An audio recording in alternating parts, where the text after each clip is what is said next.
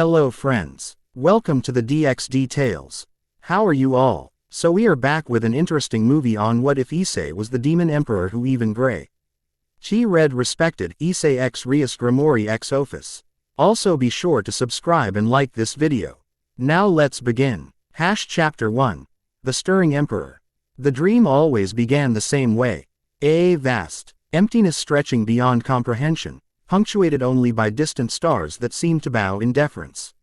Issei Hyodo floated through this cosmic void, his body simultaneously weightless and impossibly dense. As if gravity itself bent around him rather than the other way around. Galaxies spiraled beneath his fingertips like glittering pools of light. When he exhaled, nebulae formed in the mist of his breath. This again, he thought, the familiar mixture of awe and dread washing over him.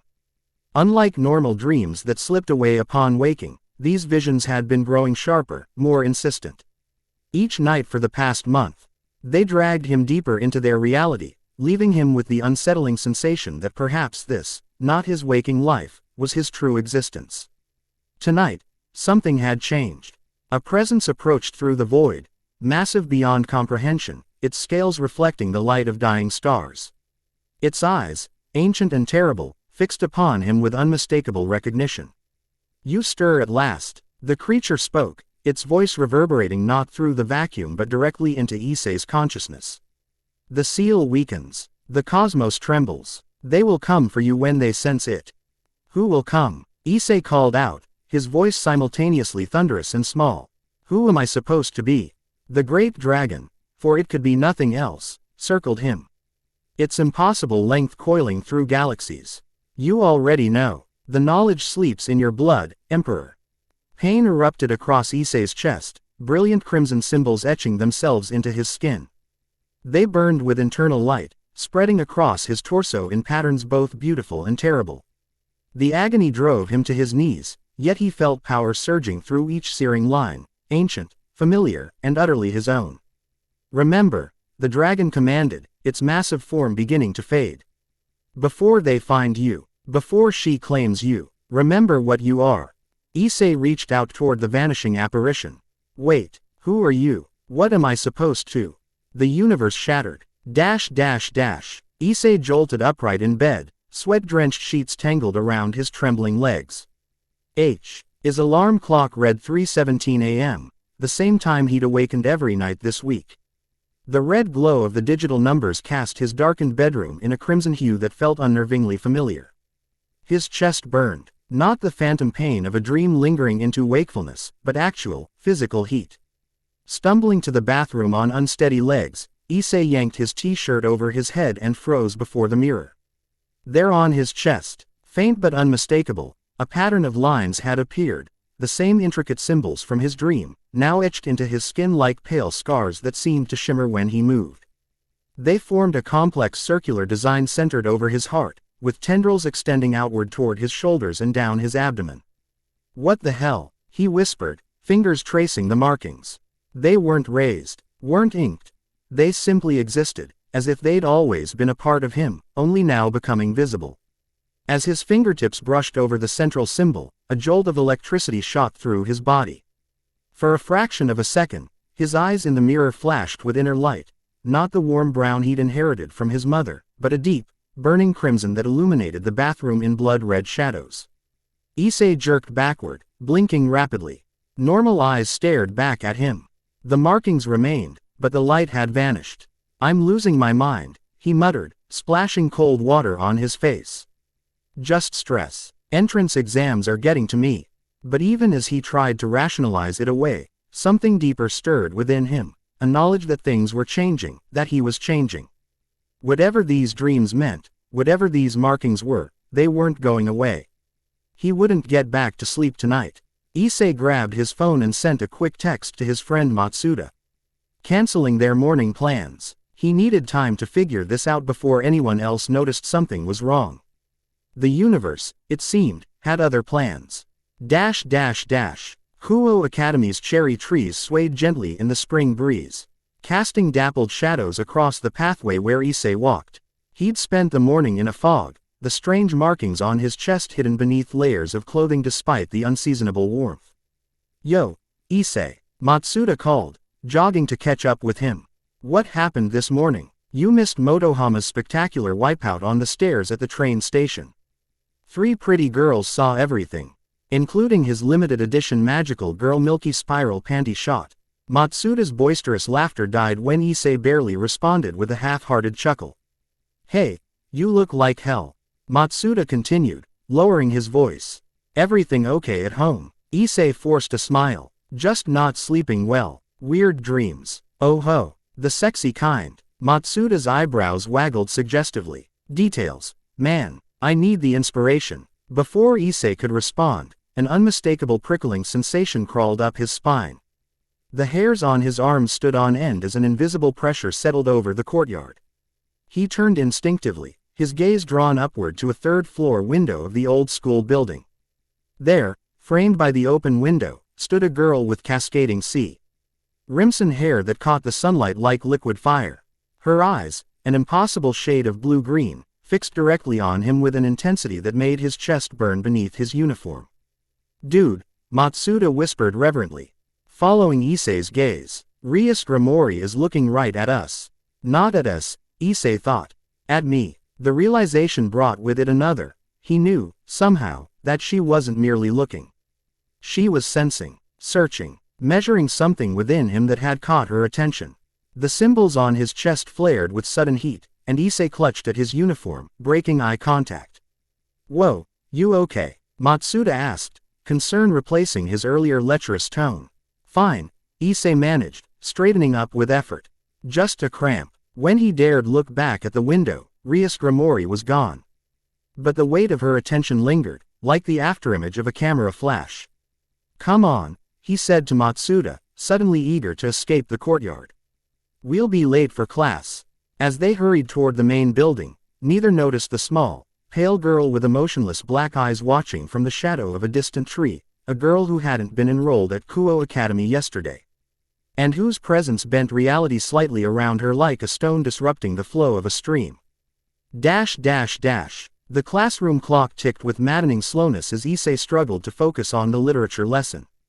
The strange burning in his chest had subsided to a dull warmth, but his thoughts remained scattered, jumping between fragmented dream images and the intense gaze of Rias Gremory.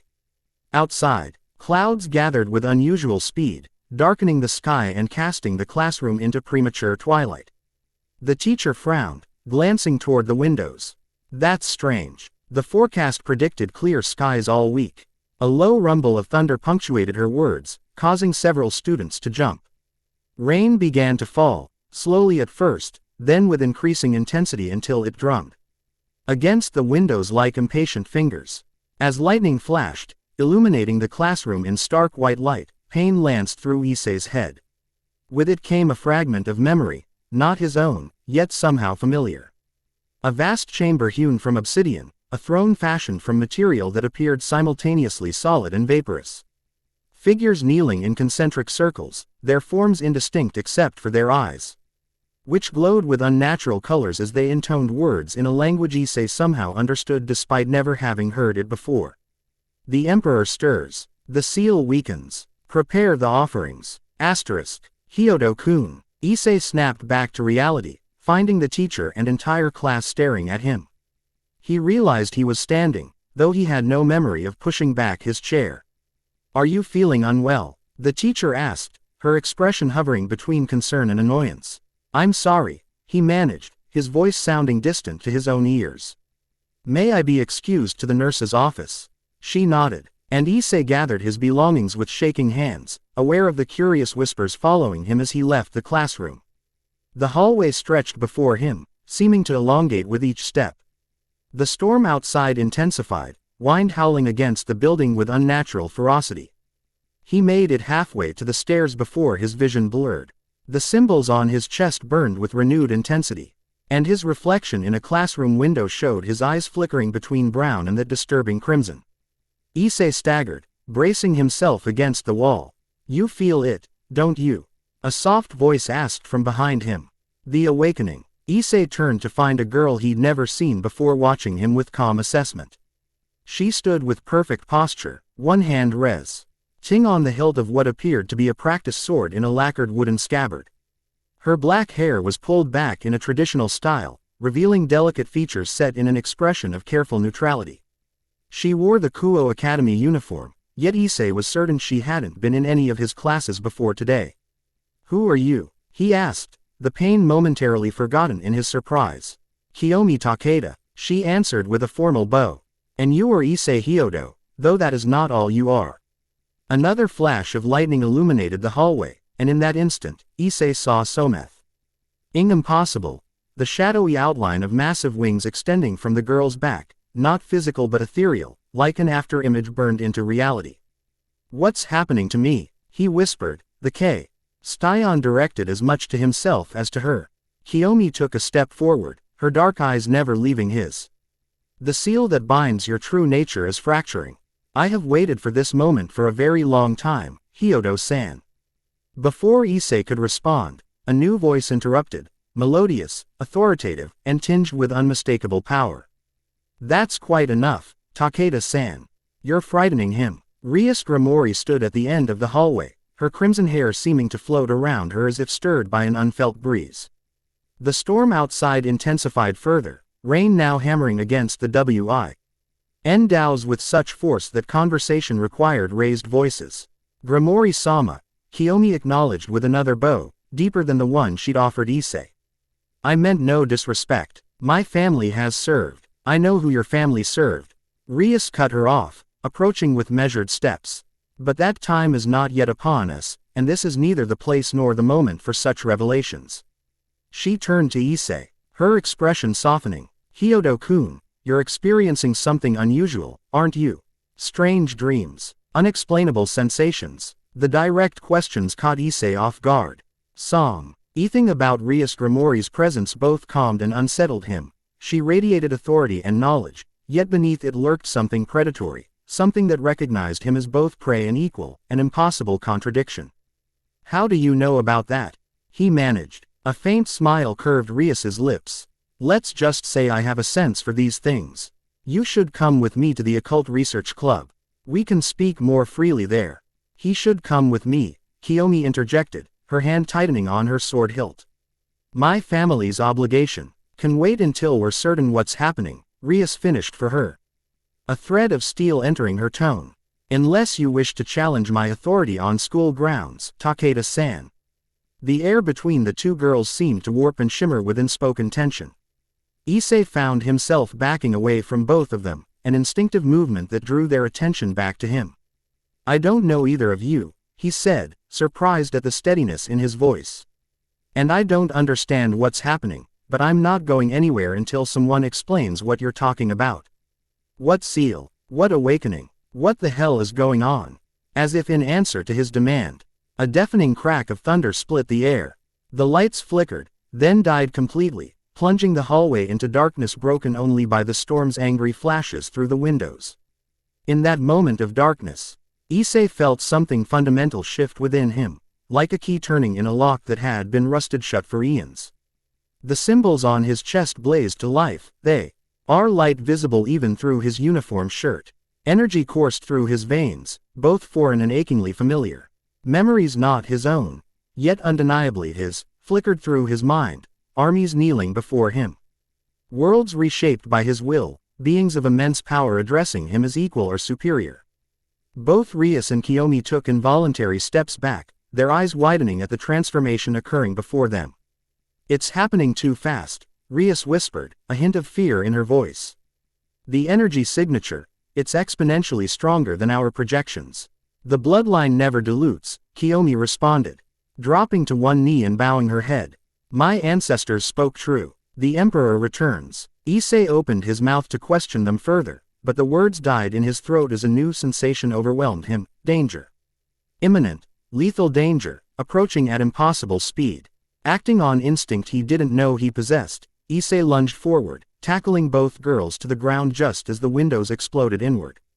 Glass shards sprayed across the hallway, accompanied by three humanoid figures that moved with unnatural speed and precision.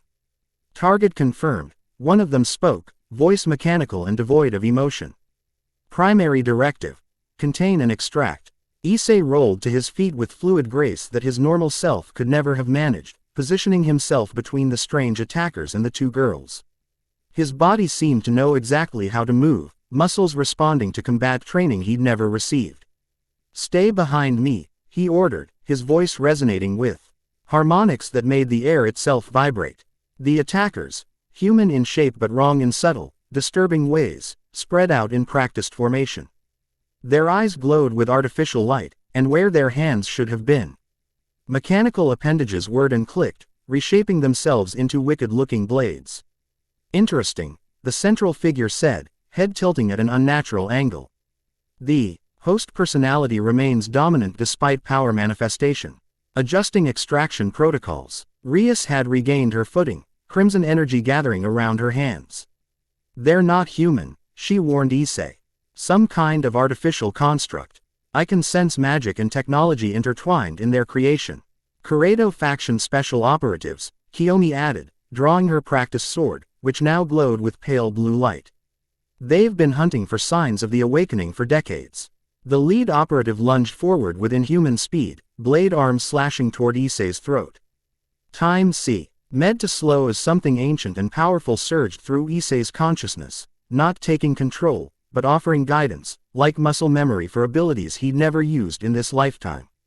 He stepped the attack with millimeters to spare, the blade passing close enough that he felt the displacement of air against his skin.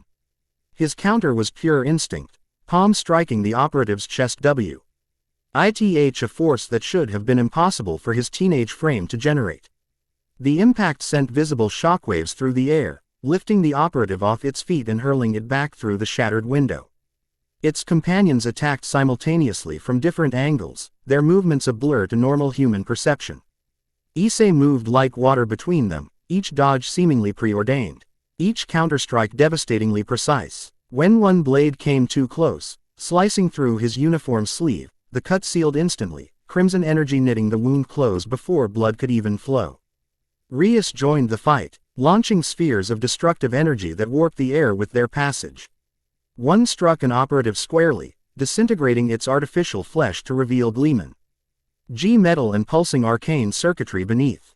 Kiyomi moved with the disciplined precision of a master swordswoman, her practice blade leaving trails of blue light as she systematically disabled the third operative's weapon limbs. "We need one intact for questioning," Rias called out, redirecting her attack to incapacitate rather than destroy. The operative Issei had struck returned through the window. Its chest cavity caved inward but functionality seemingly unimpaired. It raised both arms, which transformed not into blades but into complex, rune-covered cylinders. "Secondary containment protocol initiated," it announced. "Area effect suppression field deploying." Issei felt the danger before he saw it, a buildup of energy that raised the hairs on his arms and sent warning signals screaming through his newly awakened senses. The operative was preparing something designed specifically to neutralize him. "Get down," he shouted to Rias and Kiyomi, his body moving before conscious thought could form. The symbols on his chest blazed like captured stars as he charged directly toward the operative. Energy gathered in his right hand, not consciously summoned but responding to desperate need. It condensed into a sphere of swirling crimson and black, reality itself seeming to warp around its edges. "Impossible," the operative stated flatly. "Power manifestation exceeds projected parameters." Updating Central. Its analysis ended abruptly as Issei slammed the energy sphere into its chest. For a moment, nothing happened. Then reality seemed to fold inward around the point of impact. The operative's form distorting as space itself collapsed into the sphere's gravitational pull. With a sound like air rushing to fill a vacuum, the operative simply ceased to exist, leaving behind only a faint smell of ozone. The remaining operatives froze, their artificial intelligence rapidly recalculating odds of success. Whatever conclusion they reached prompted immediate retreat. They moved with blinding speed toward the windows, mechanical voices transmitting data bursts too rapid for human ears to process. Kiyomi's blade flashed once more, severing an operative's leg at the knee. It fell, the rest of its body disappearing into the storm outside. The detached limb twitched on the floor, sparks and unknown fluids leaking from the severed end. The hallway fell silent except for the continuing rage of the storm and the heavy breathing of the three combatants. Issei stared at his hand, the last wisps of crimson energy dissipating like smoke. The power that had surged through him began to recede, leaving behind a bone-deep exhaustion and countless questions. "What?" he began, his voice returning to normal as his eyes faded from crimson back to brown. "What did I just do?" Rias approached cautiously, her expression a complex mixture of awe, calculation, and something else, hunger, perhaps, or ambition carefully masked. "You defended yourself. Quite impressively, I might add. That was no ordinary power," Kiyomi said, sheathing her sword after carefully cleaning the blade. "That was the Emperor's Void, a technique that erases matter from existence by creating a localized singularity." Issei swayed on his feet, the adrenaline crash hitting him hard. "Emperor, the dragon in my dreams called me that too." Rias and Kiyomi exchanged sharp glances. "You've dreamed of dragons?" Rias asked, moving closer to support him as his knees threatened to buckle. "Recently. For weeks now," Issei admitted, too exhausted for evasion. "A massive red one, larger than anything. It spoke to me, called me Emperor, said they would come for me." "Great Red," Rias whispered, awe evident in her tone. "The dragon of dragons has appeared in your dreams." Kiyomi's formal demeanor cracked slightly, genuine surprise showing through. "That's unprecedented. Even in the ancient texts, Great Red acknowledged the Emperor but never directly communicated." Outside, the storm began to subside as suddenly as it had appeared, the unnatural clouds dispersing to reveal clear blue sky. The abrupt change seemed to mirror Issei's depleted energy. "I need to sit down," he mumbled, the room beginning to spin around him. Rias guided him to a nearby classroom, her touch leaving tingling warmth where her fingers contacted his arm. Kiyomi retrieved the severed mechanical limb, wrapping it carefully in her uniform jacket. "This will need proper containment," she said. "The technology is far beyond human capability." "The Occult Research Club has the necessary facilities," Rias replied, helping Issei into a chair. "Akano can establish a barrier while we examine it." Issei looked between them, frustration cutting through his exhaustion. "Will one of you please explain what's going on?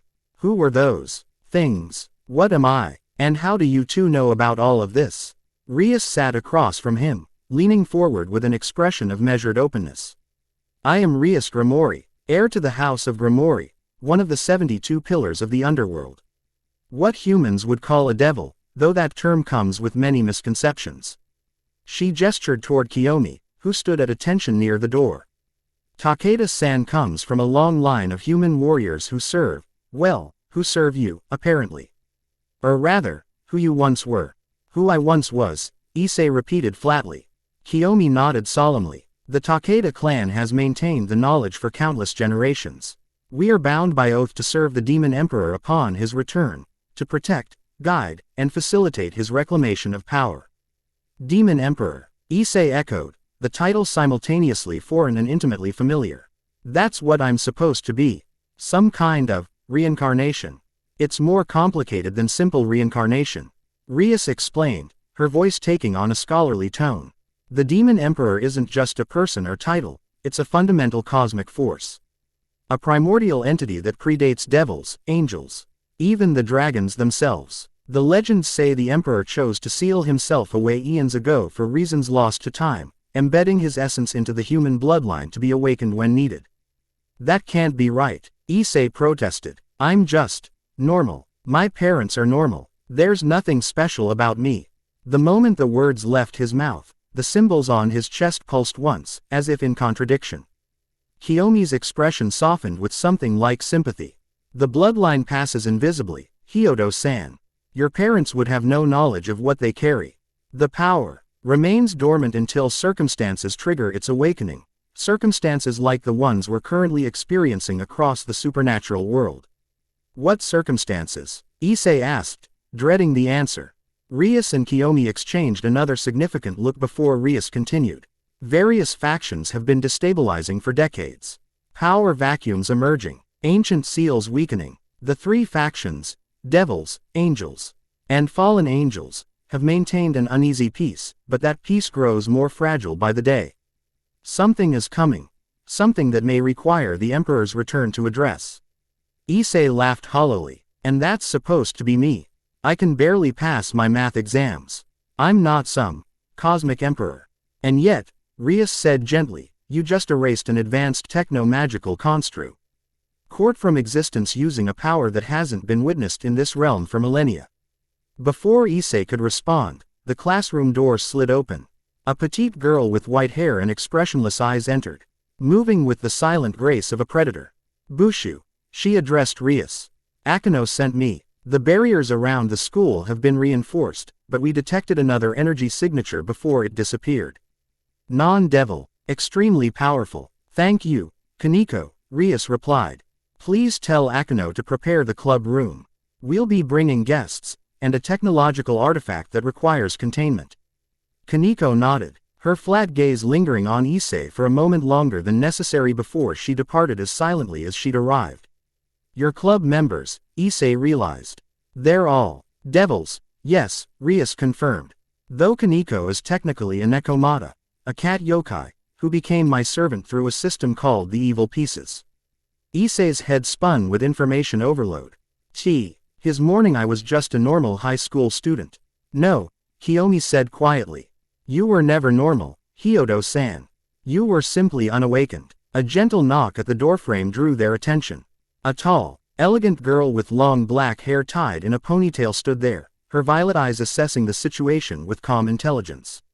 Era, what an interesting development, she said, her voice melodious and refined. When I felt that power surge, I knew today would prove eventful, but I didn't expect to find you entertaining the Demon Emperor himself, Rias. Akano, Rias acknowledged with a small smile. Your barriers held. Of course, Akano replied, stepping into the room. Though I've never felt anything quite like the energy he released. It bypassed my strongest wards as if they weren't even there. She approached Issei, who found himself straightening instinctively under her scrutiny. Unlike Rias's calculating assessment or Kiyomi's reverent observation, Akano's gaze held unmistakable fascination tinged with something darker. How delicious, she murmured. Power that even Great Red acknowledges. The possibilities are stimulating. Akano, Rias warned, a note of possessiveness entering her voice. Focus, please. We need to secure the area and move to the club room before more operatives arrive. Of course, Bushu, Akano replied, though her eyes lingered on Issei a moment longer. I've created a perception filter around this section of the building. The human students will avoid it instinctively until repairs can be made. Issei struggled to his feet. Determination overriding exhaustion. I appreciate the explanations, incomplete as they are, but I need to go home and process all this. My parents will worry if I don't return tonight. That may not be wise, Kiyomi interjected. Now that you've manifested power, others will be searching for you. The Kuredo faction was only the first. Your home could become a battlefield. She's right, Rias agreed. At minimum, we should place protective wards around your residence. Akano and I can handle that while you rest at the club room. Issei frowned, an unexpected surge of authority straightening his posture. No, I won't hide while my family remains vulnerable. If what you're saying is true, if I really am this Emperor, then I need to face this directly. The symbols on his chest pulsed once more, responding to his resolve. For a brief moment, his eyes flashed crimson again. Besides, he continued, his voice dropping to a timbre that resonated with subtle power, I have questions that need answers. And I suspect your club room isn't the only place I can find them. Rias studied him with renewed interest, a smile slowly spreading across her face. Very well, we'll establish protections at your home. But I insist on keeping watch myself. The Gremory family has a vested interest in your well-being, Issei Hyodo. As does the Takeda clan, Kiyomi added firmly. Where the Emperor goes, I follow. It is both my duty and my honor. Issei looked between them, suddenly aware of complex political currents flowing beneath their seemingly straightforward offers of protection. Something ancient stirred in his memory, the subtle dance of power, alliances, and hidden agendas he had once navigated with ease. The Emperor within recognized the opening moves of a game he had mastered long ago. Fine, he conceded, but my parents can't know about any of this. They've got enough to worry about without adding supernatural politics to the mix. Agreed, Rias nodded. We'll be discreet. As they prepared to leave the damaged school building, none of them noticed the small figure watching from the shadows of a nearby rooftop. A girl with bottomless black eyes and an expressionless face. her presence bending reality around her like a gravity well. So, Ophis, the Ouroboros dragon, murmured to herself. You've begun to wake at last, Emperor. How interesting. She vanished without a sound, leaving behind only a faint distortion in the fabric of space, like a ripple in a cosmic pond, spreading outward to distant shores where ancient beings would soon take notice. The game had begun again after eons of dormancy. The board was set, the players were moving into position, and at the center of it all, still unaware of the true magnitude of his awakening, Issei Udou took his first steps on a path that would reshape reality itself. The walk to Issei's home proceeded in tense silence, the afternoon sun casting long shadows as it descended toward the horizon. Rias and Akino flanked him on either side, while Kiyomi maintained a vigilant position 3 paces behind, a traditional guard stance that seemed to come to her as naturally as breathing. You're going to attract attention, Issei pointed out, nodding toward a group of students who were openly staring at the unusual procession. 2 of the school's most popular girls escorting me home isn't exactly subtle. Would you prefer we used magic to remain unseen? Akino asked, amusement coloring her tone. Though that might raise different questions if you appear to be talking to yourself. Let them stare, Rias said dismissively. Social curiosity is the least of our concerns right now. They turned onto Issei's street, a quiet residential lane lined with modest family homes. Cherry blossom petals drifted across the pavement, their delicate pink contrasting with the lingering tension of the day's events. Stop, Kiyomi commanded suddenly, her hand moving to her sword hilt. Everyone froze, Rias and Akino immediately scanning for threats. What is it? Issei asked, instinctively dropping into a defensive stance he'd never learned.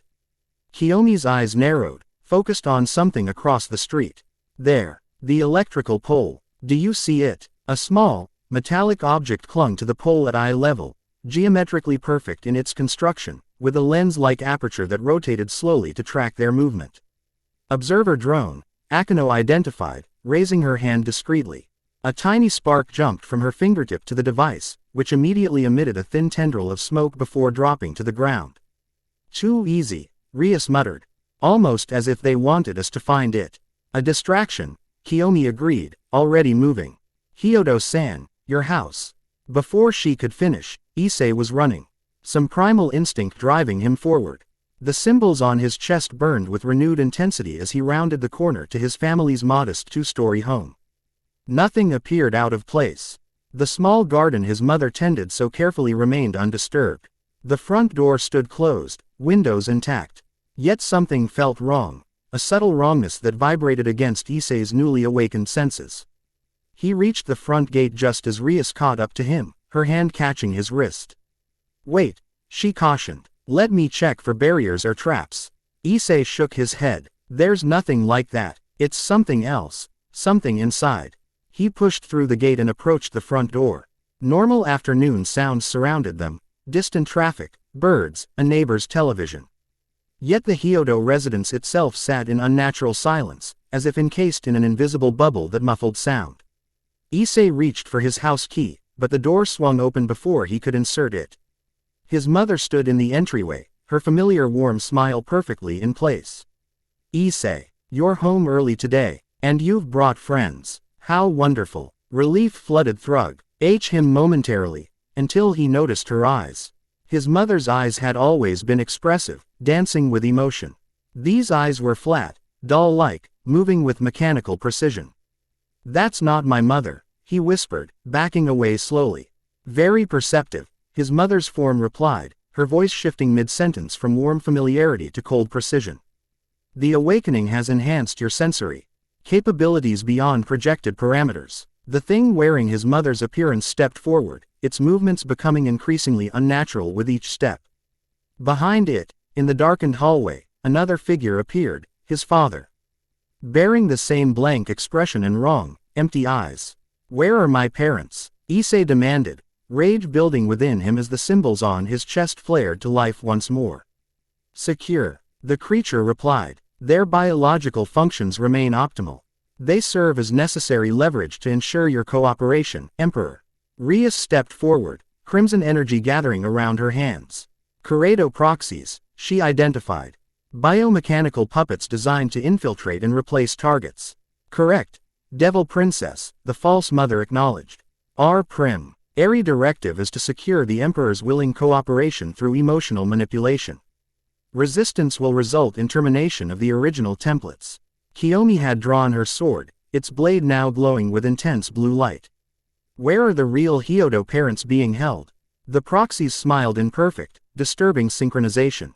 That information is available only upon the Emperor's surrender to Kuredo authority. Issei's vision began to redden at the edges, power surging through him in waves that made the air shimmer. You made a critical mistake, he said, his voice deepening with each word. You threatened my family. Calculations indicated 98.7% probability that familial attachment would ensure compliance, the false father stated matter-of-factly. Recalculating based on current energy readings. Akeno moved to Issei's side, violet electricity crackling between her fingertips. They're stalling, she warned. There's an energy buildup inside the house. Some kind of device activating. Issei didn't hesitate. Acting on instinct, he thrust his palm forward, crimson energy erupting in a focused beam that struck the false mother directly in the chest. Instead of disintegrating as the operative had at school, the proxy seemed to absorb the energy, its form vibrating at increasing frequency. Power absorption capability confirmed, it announced, its voice distorting as its appearance began to shift. The human disguise melted away, revealing a silvery, humanoid form covered in complex circuitry and pulsing with Issei's stolen energy. The false father underwent the same transformation. Both creatures now standing revealed as advanced mechanical constructs with only vague human features remaining. Return my parents, Issei demanded, gathering more power despite the risk of it being absorbed. Last chance. The proxies responded by extending their arms, which reshaped into cannon-like appendages glowing with Issei's own captured energy. Negotiation window closed. Implementing Capture Protocol Alpha. What happened next occurred so quickly that later, Issei would struggle to reconstruct the sequence of events. Rias shouted a warning. Kiyomi moved with blinding speed, her sword cleaving through the air toward the nearest proxy. Akeno unleashed a devastating bolt of lightning. And something in Issei, something ancient and terrible and magnificent, fully awoke. Time seemed to slow to a crawl. The symbols on his chest expanded, covering his entire body in glowing crimson patterns that burned through his clothing. His perception expanded exponentially, allowing him to see the energy flows within the proxies, the complex web of technomancy that animated them, and, most importantly, the quantum entanglement that linked them to somewhere else. Found you, he whispered, and reached not with his hand but with his mind, following the entanglement to its source. Reality bent around him. The physical world blurred and reassembled, and suddenly he stood in a sterile white room filled with complex equipment. Banks of monitors displayed various locations, including his own front yard, where Rias, Akeno, and Kiyomi now battled the proxies. Visible confusion at his disappearance. In the center of the room, suspended in a transparent chamber filled with bluish liquid, floated his unconscious parents. 3 figures in white laboratory coats turned toward him in shock, their movements betraying inhuman origins despite their human appearance. Impossible, one stated flatly. Quantum translocation without a receiving platform exceeds all known parameters. The Emperor's capabilities were always theoretical, another responded, already activating emergency protocols on a nearby console. Containment field at maximum. Issei felt the air thicken around him as invisible energy barriers sprang into existence. They pressed against his newly awakened power, seeking to suppress and contain it. He closed his eyes, drawing upon knowledge that bubbled up from the depths of his awakening consciousness. The barriers were impressive, a combination of advanced technology and ancient magic woven together with considerable skill. In another lifetime, he might have appreciated their craftsmanship. Interesting, he acknowledged, opening eyes that now burned like twin stars. But insufficient. With a gesture that felt as natural as breathing, he shattered the containment field. The backlash of energy sent equipment exploding in cascading failures throughout the laboratory. The 3 scientists backed away, their human uses flickering to reveal similar silver forms to the proxies at his home. The Emperor's power exceeds all projections, one transmitted, its voice no longer bothering with human inflection. Requesting termination authorization. Denied, a new voice responded, this one emanating from a screen that had remained intact despite the destruction around it. A figure appeared on the monitor, shrew. Dead in shadow but unmistakably human in outline. Unlike the mechanical beings, this presence radiated genuine emotion, ambition, fascination, and a hint of fear. Magnificent, the shadowed figure breathed, leaning forward slightly though remaining unidentifiable. The prophecies were true. The Emperor returns. Issei approached the containment chamber holding his parents, crimson energy gathering around his hand.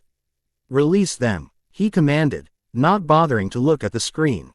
Of course, the figure replied smoothly. They were never intended as permanent hostages, merely as a means to confirm your identity. Their containment was designed to be harmless. The chamber hissed open, the liquid draining rapidly as Issei's parents were gently lowered to the floor. He checked them quickly, both breathing normally. Pulses strong and steady. They'll awaken with no memory of these events, the figure continued. A small mercy, wouldn't you agree? Ordinary humans have no place in the game that's about to unfold. Issei turned toward the screen, power radiating from him in visible waves. This isn't a game. These are my parents. If you or your Kuredo faction ever approach them again, we won't, the figure interrupted. You have my word. They've served their purpose admirably. And what purpose was that? Issei demanded. A soft chuckle emanated from the speaker. To witness the Emperor's compassion, of course.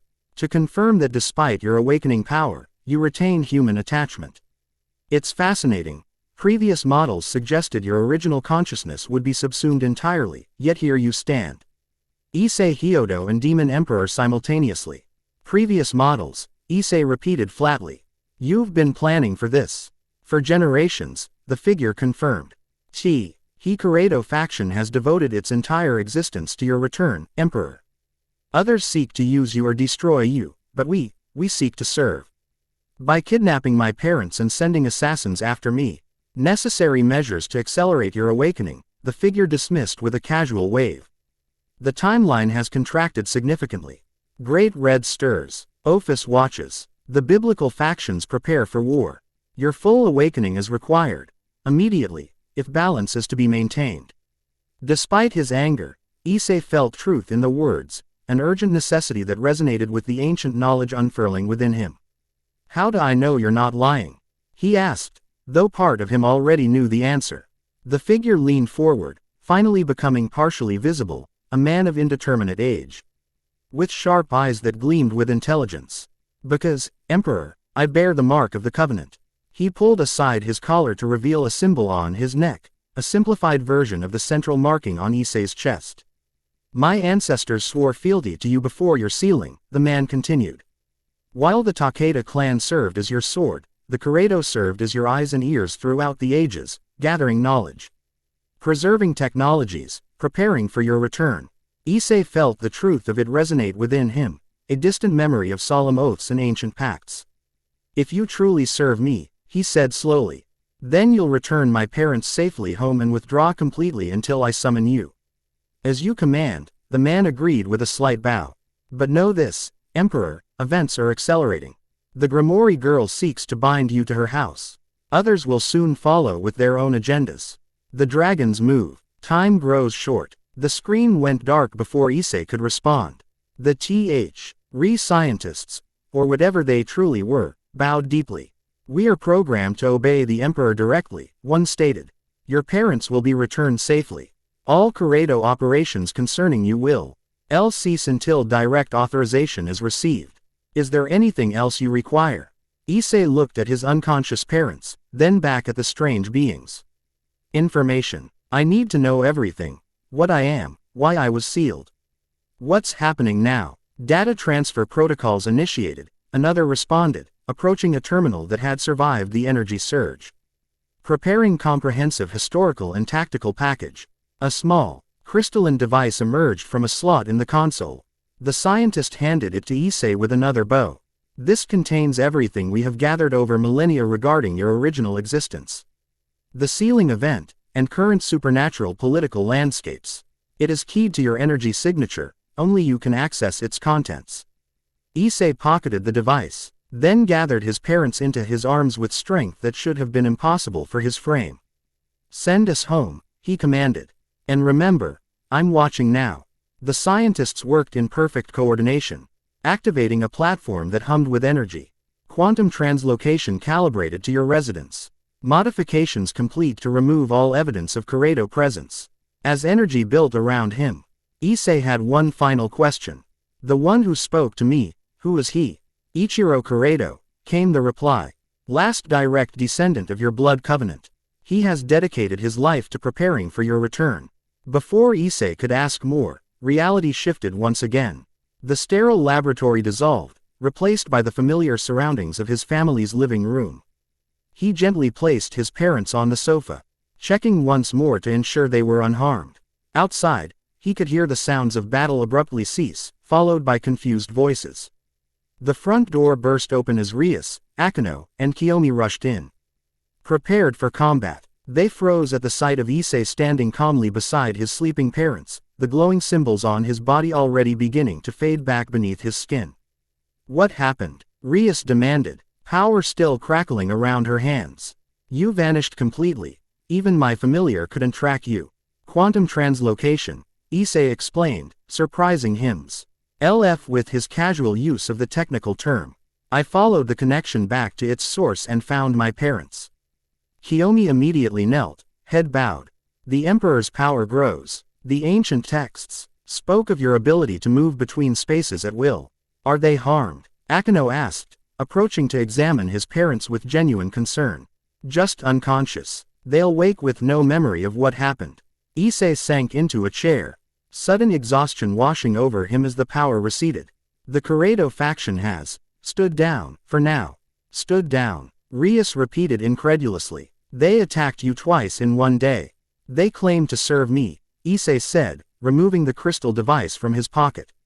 Their leader bears a mark similar to mine. Says his ancestors swore fealty before my sealing.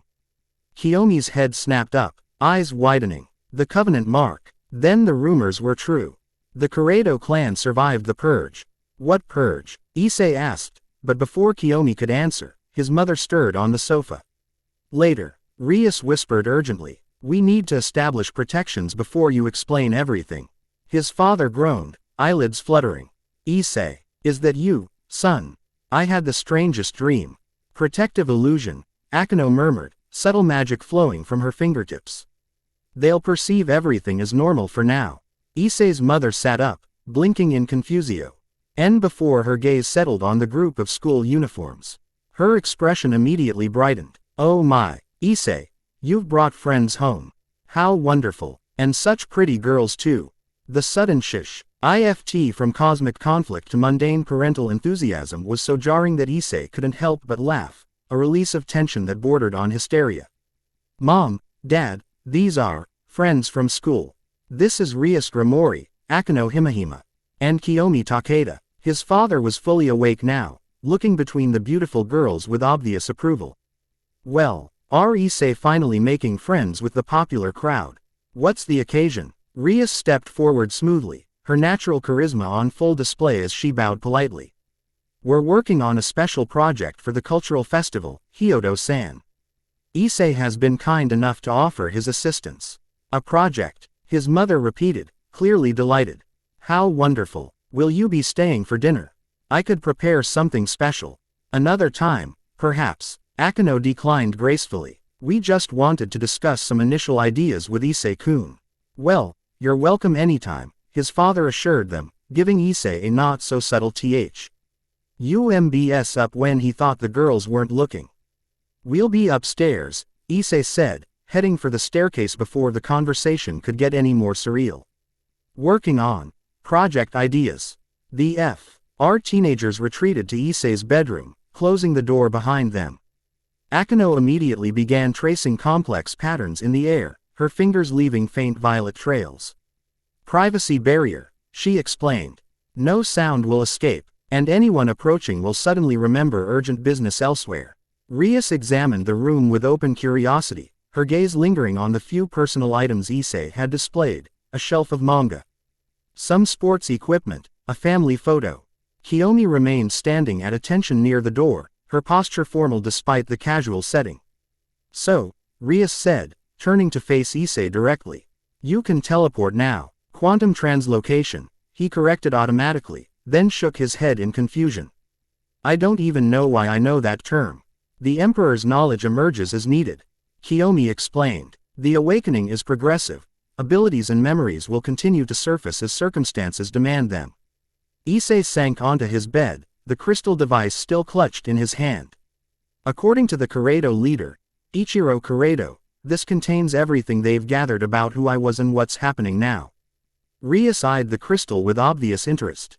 May I? When Issei extended his hand, she reached for the device but jerked back with a hiss of pain when her fingers came within inches of it. Blood locked, she noted, shaking her stung hand. Keyed specifically to your energy signature. They said only I could access it, Issei confirmed. But I don't even know how to activate it.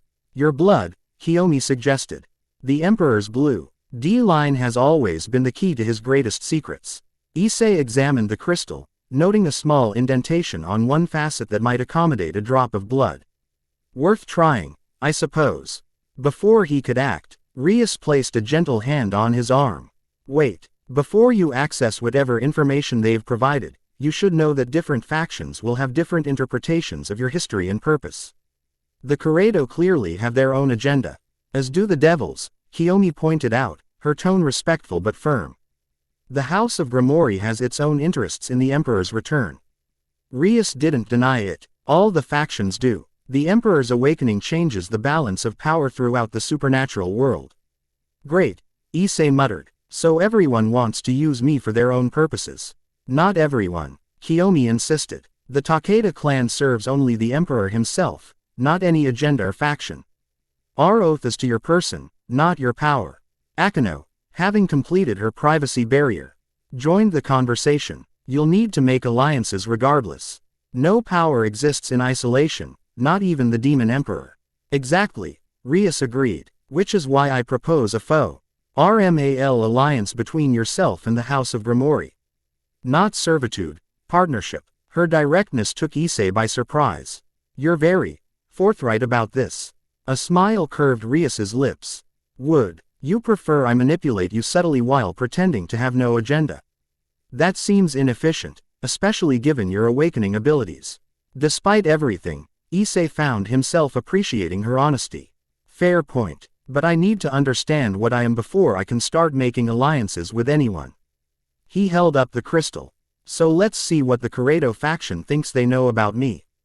Without further hesitation, he pressed his thumb against the indentation, wincing slightly as a small needle emerged to pierce his skin. A drop of blood was absorbed into the crystal, which immediately began to glow with internal light. The room around them seemed to fade as projections sprang to life. Three-dimensional images of such clarity and detail that they appeared solid. A virtual cosmos UNF. Olded within the confines of Issei's bedroom, stars and galaxies spinning in accelerated time. And in the center of it all, a figure took shape, a being of such power and majesty that even the projected image radiated authority. Though the features were different, something in Issei recognized himself in the entity's bearing and essence. The Demon Emperor, Kiyomi whispered, instinctively dropping to one knee. The projection began to speak, its voice resonating with harmonics that made the air vibrate. I am that which exists between order and chaos, the balance point upon which reality pivots. Before the angels fell, before the devils rose, before dragons soared between dimensions, I was. The image shifted, showing cosmic events of such scale that they were difficult for the human mind to comprehend. The birth of dimensions, the formation of supernatural realms, the emergence of primordial entities. When consciousness first stirred in the void, I was its shepherd. When power threatened to consume itself, I established balance. When the dimensions threatened to collapse, I separated them with boundaries of my own essence. Rias watched with unconcealed fascination, her analytical mind clearly attempting to reconcile this information with devil lore.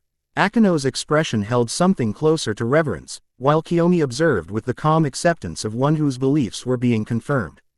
The projection continued its narration, detailing an ancient cosmos where beings of incomprehensible power established the foundations of reality itself.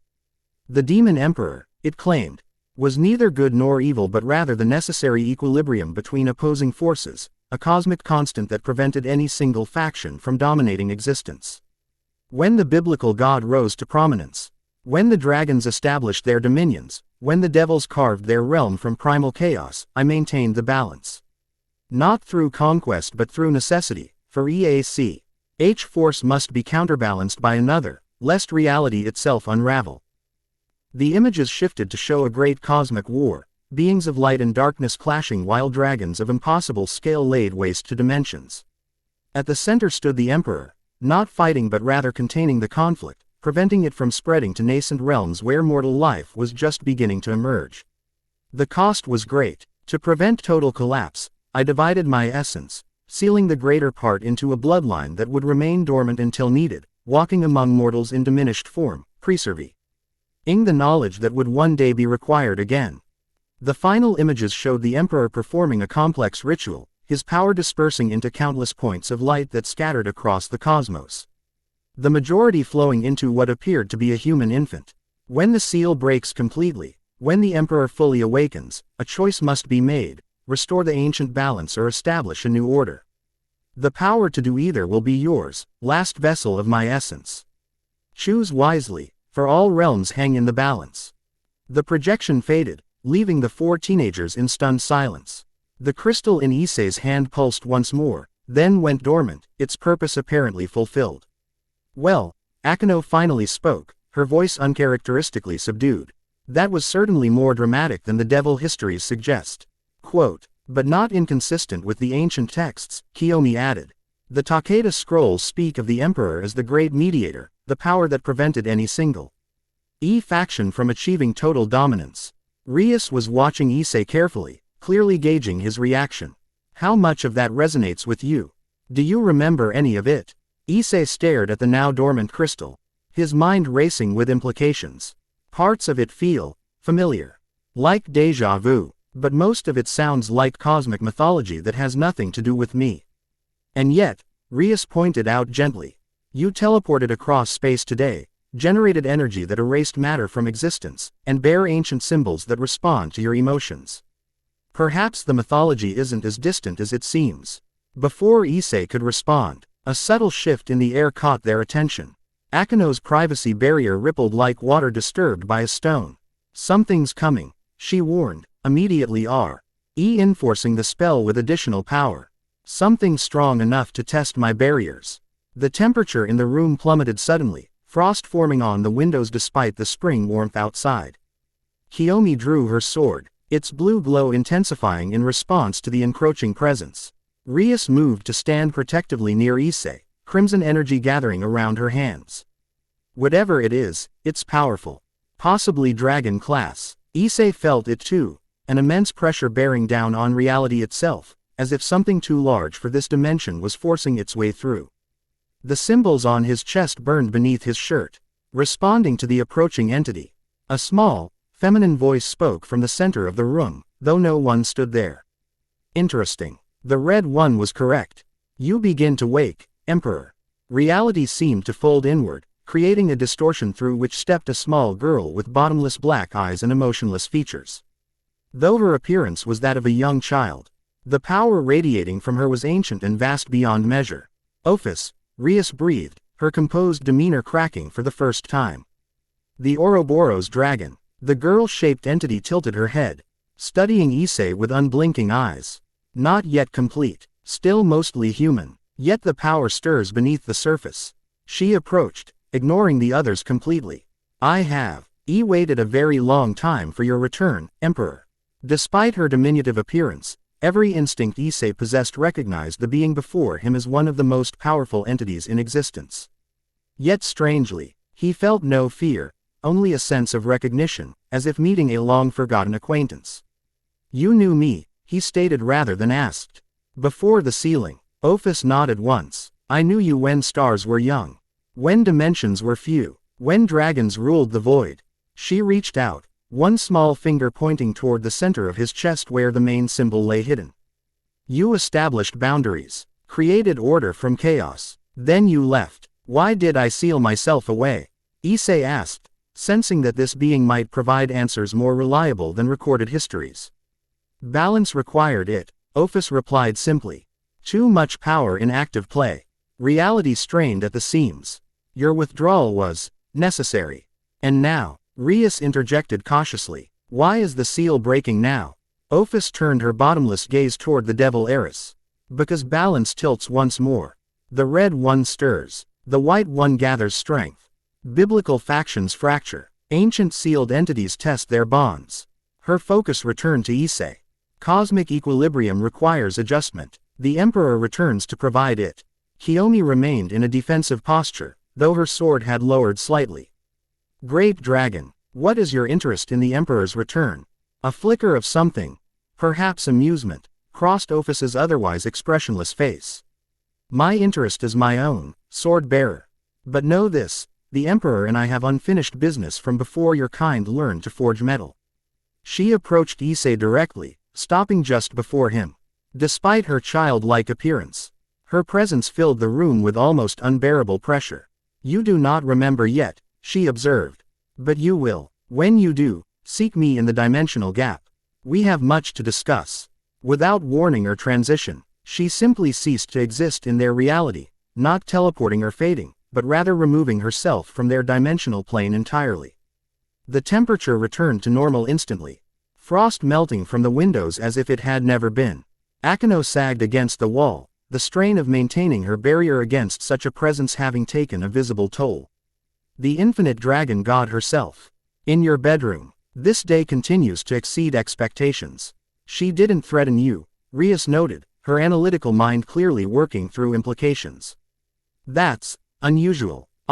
His typically has little interest in beings she considers lesser, which includes almost everyone.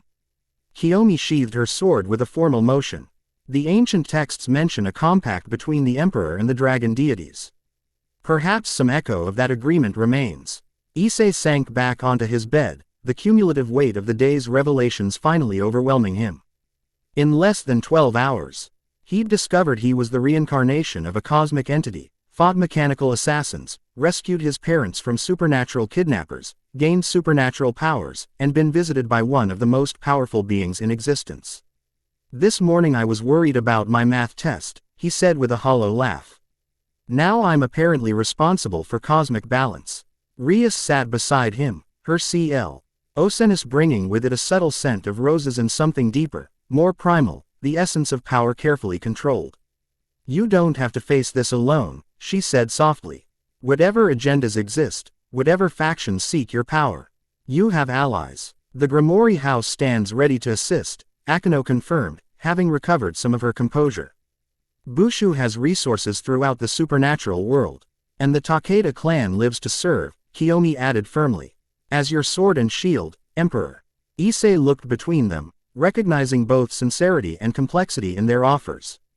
The ancient knowledge stirring within him understood the intricate dance of power and alliance that had begun, but the teenager he still was appreciated simply not being alone in this impossible situation.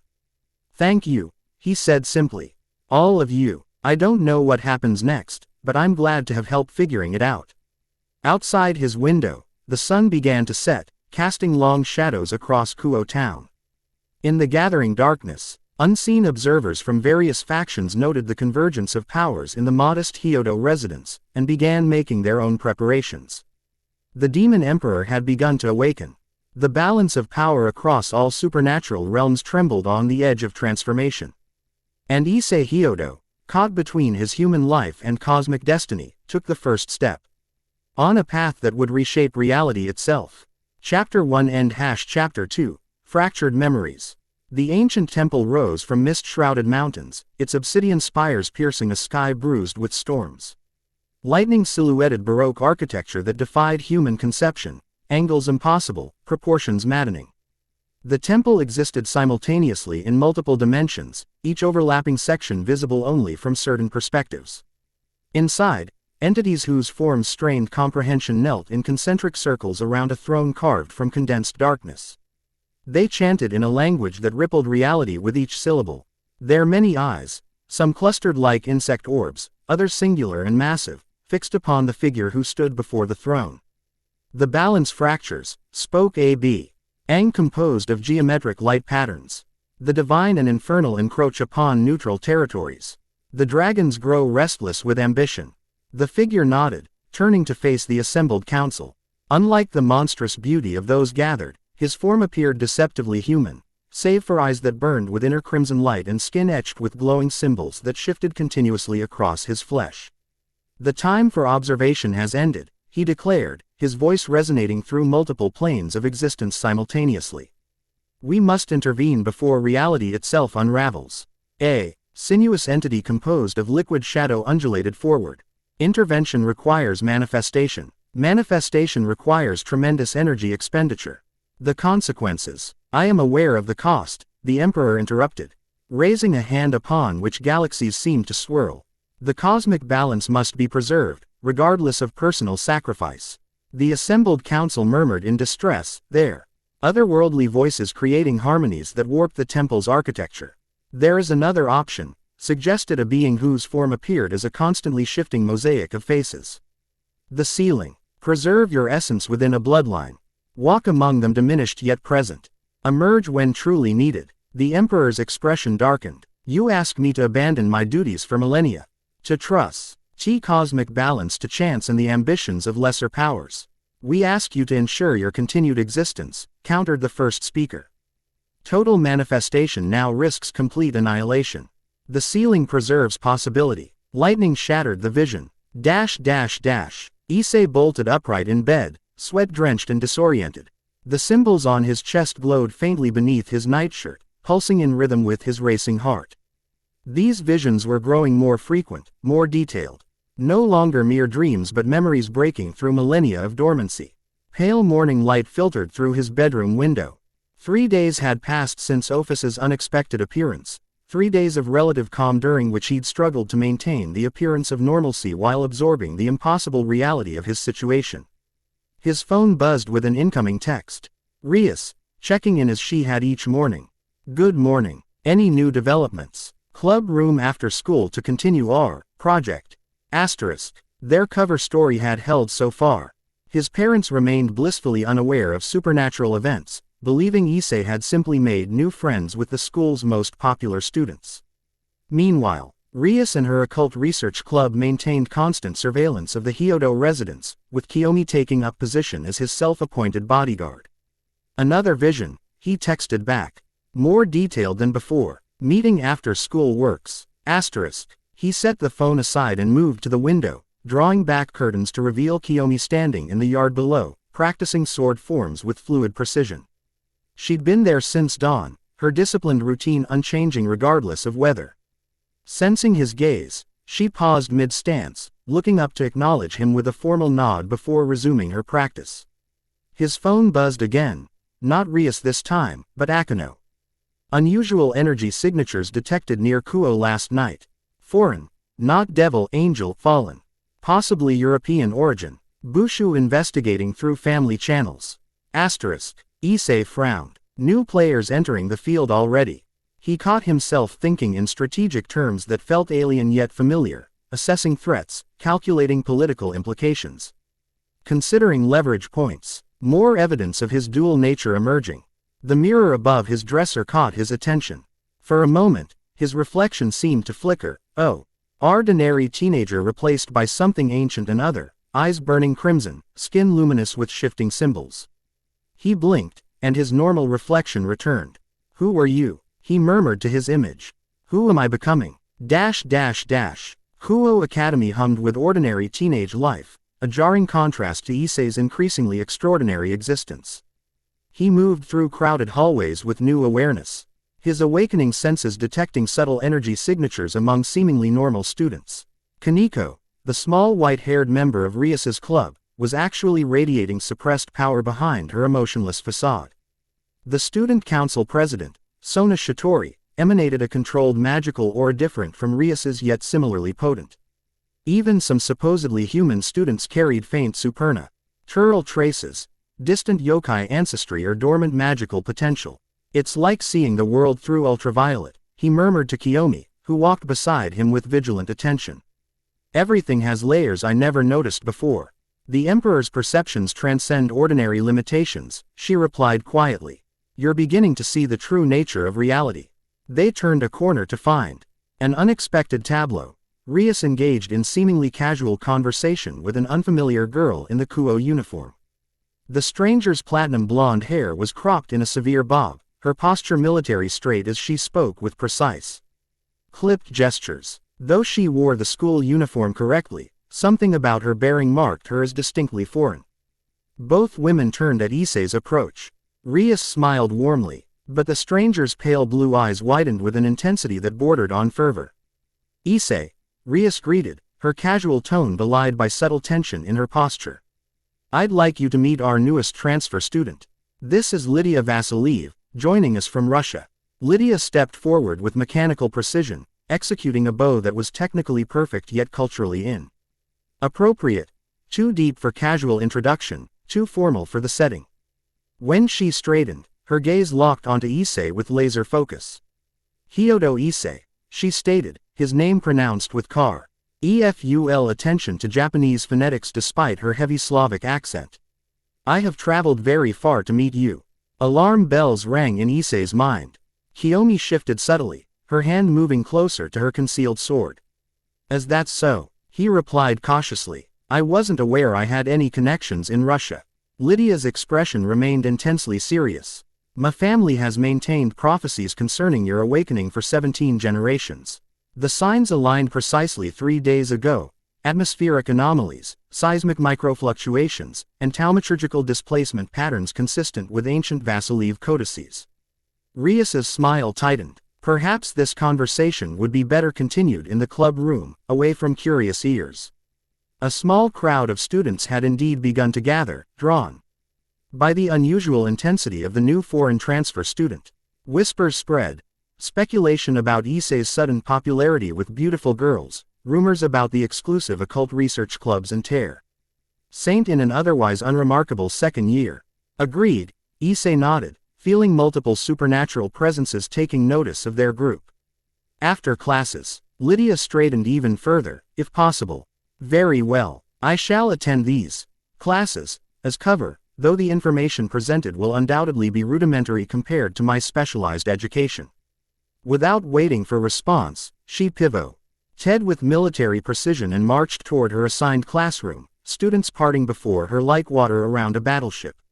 "Well," Issei remarked dryly, "she's certainly direct."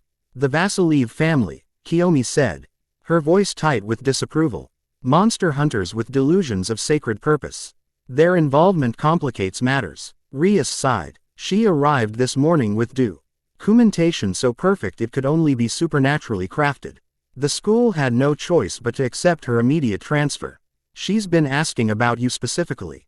"Perfect," Issei muttered. Another faction entering the game. The warning bell rang, sending students hurrying to classes.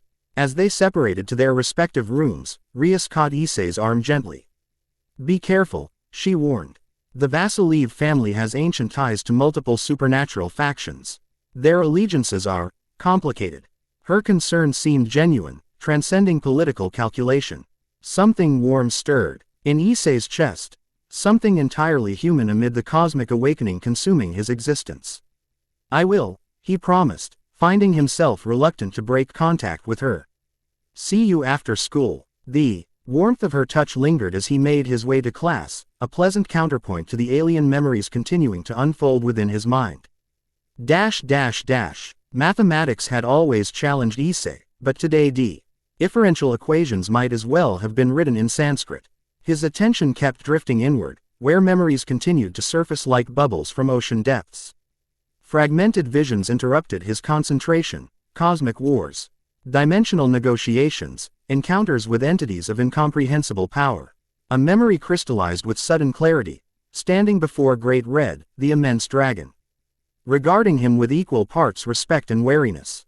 Their discussion conducted in concepts rather than words, concerning boundaries and balances and the nature of reality itself. "Your power rivals mine," the dragon had acknowledged. "Yet you choose limitation where I choose expansion." Curious. Unchecked expansion leads to collapse, he had replied. "The dimensions require structure to survive." Structure becomes prison. Great Red countered. "Dreams require freedom." Perhaps we both serve necessary functions in the cosmic balance. Asterisk. The memory dissolved as his teacher called his name, yanking him back to mundane reality. Hyodo-kun. The answer to problem 14, please. Issei stared at the equation on the board, mind scrambling to reorient itself from cosmic philosophy to trigonometric functions. To his surprise, the answer materialized in his consciousness with perfect clarity. Negative cosine of 2/3 pi, he stated, the formula's structure suddenly obvious. The teacher blinked in surprise.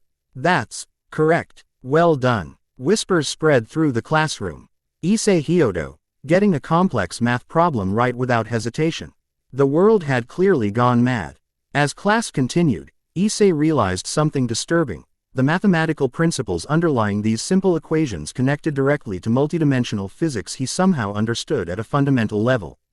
The awakening wasn't just providing memories, it was restructuring his cognitive abilities, granting access to knowledge and intelligence that had once been his birthright. Who would remain when the process completed? Issei Hyodo, ordinary teenager. The demon emperor, cosmic entity. Some hybrid of both. The question haunted him through the remaining classes. The Occult Research Club occupied the old school building, a Victorian-style structure separated from the main campus by a small wooded area. As Issei approached with Kiyomi, he spotted Lydia Vasiliev already waiting at the entrance. Her posture rigid as she examined the building with clinical detachment. Architecture consistent with supernatural containment principles, she announced as they neared. Devil magic signatures throughout the structure. Impressive barriers for a school club. The orc is more than it appears, Issei replied carefully. Lydia nodded once, sharply. Obviously. As are you, Hyodo Issei. She reached into her uniform jacket, causing Kiyomi to tense in preparation for a potential attack. Instead, Lydia withdrew an ancient-looking medallion, tarnished silver, etched with symbols disturbingly similar to those hidden beneath Issei's clothing. Vasiliev family artifact, she explained, holding it toward him without quite offering it. Responds only to authentic imperial energy signatures. 17 generations of my family have maintained vigilance, waiting for the medallion to activate. Issei studied the object cautiously. And has it activated? 3 days ago, synchronized with the atmospheric anomalies over Japan. The probability of coincidence is mathematically insignificant. She fixed him with her intense gaze. You were the one foretold. The Emperor returning. Before he could respond, the club door opened to reveal Rias, flanked by the other club members, Akano, Kaneko, and a handsome blonde boy Issei recognized as Kiba Yuto. Welcome, Rias greeted formally. Please come inside, we have much to discuss. The club room resembled an elegant Victorian parlor, ornate furniture, heavy drapes, and antique decorations creating an atmosphere of refined mystery. Occult symbols adorned the walls alongside bookshelves filled with ancient tomes. A magic circle glowed faintly on the wooden floor, its complex patterns shifting subtly as they entered. Fascinating, Lydia murmured, eyes cataloging every detail. Authentic Babylonian conjuring circle modified with Nordic elements. Effective hybrid design. Thank you, Akano replied with her customary smile, though her eyes remained cautious. As refreshments were served, introductions made, and everyone settled into an uneasy détente, Issei observed the power dynamics at play. Rias clearly commanded her peerage with affectionate authority. Kiyomi maintained her guard position slightly behind his right shoulder. Lydia sat ramrod straight, her analytical gaze constantly scanning between participants. Now then, Rias began once formalities concluded. Perhaps our new arrival might explain her sudden interest in Kuo Academy, and in Issei specifically. Lydia et down her teacup with mathematical precision. The Vasiliev family has maintained the vigil of awakening since 1632, when my ancestor Nikolai Vasiliev encountered an entity in the Carpathian Mountai. NS who bestowed upon him the medallion of recognition and prophecies concerning the Emperor's return. She withdrew the medallion again, placing it on the table. Up close, the similarities between its symbols and Issei's markings were undeniable. We have dedicated our existence to preparing for this moment, she continued. Each generation trained in supernatural combat, arcane knowledge, and specific protocols established for the Emperor's return. And what exactly are these protocols? Rias inquired, one elegant eyebrow raised. To locate, verify, protect, and serve, Lydia recited as if reading from a manual. The Emperor's awakening heralds cosmic realignment. Multiple factions will seek to manipulate, control, or destroy him. The Vasilev obligation is to ensure his success. Re-emergence and support his assumption of authority. Another servant, Akino observed with subtle amusement. The Emperor collects devotees rather efficiently. Lydia's pale eyes narrowed. The Vasilev family serves cosmic balance, not individual ambition. We are bound by oath and prophecy, not personal desire. Yet here you are, Kiyomi interjected, a monster hunter family suddenly DGING service to one of the most powerful supernatural entities in existence. The contradiction seems significant. There is no contradiction, Lydia countered. The Emperor transcends simplistic supernatural categorization. He represents order within chaos, balance within conflict. The vigil distinguishes between threats to humanity and necessary cosmic forces. Issei, who had remained silent during this exchange, finally spoke. And you believe I am this necessary cosmic force? Lydia's intense gaze fixed on him. The medallion confirms it, but more importantly, she reached into her bag, withdrawing a tablet computer which she activated with a complex security pattern. This morning's discovery removes all doubt. She placed the tablet on the table, displaying images of what appeared to be an archaeological excavation.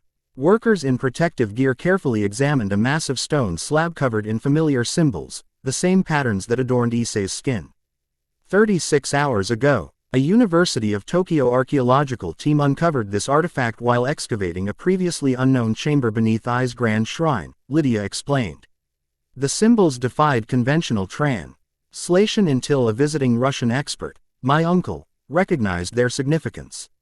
She swiped to another image, a close-up of central symbols identical to the primary marking on Issei's chest.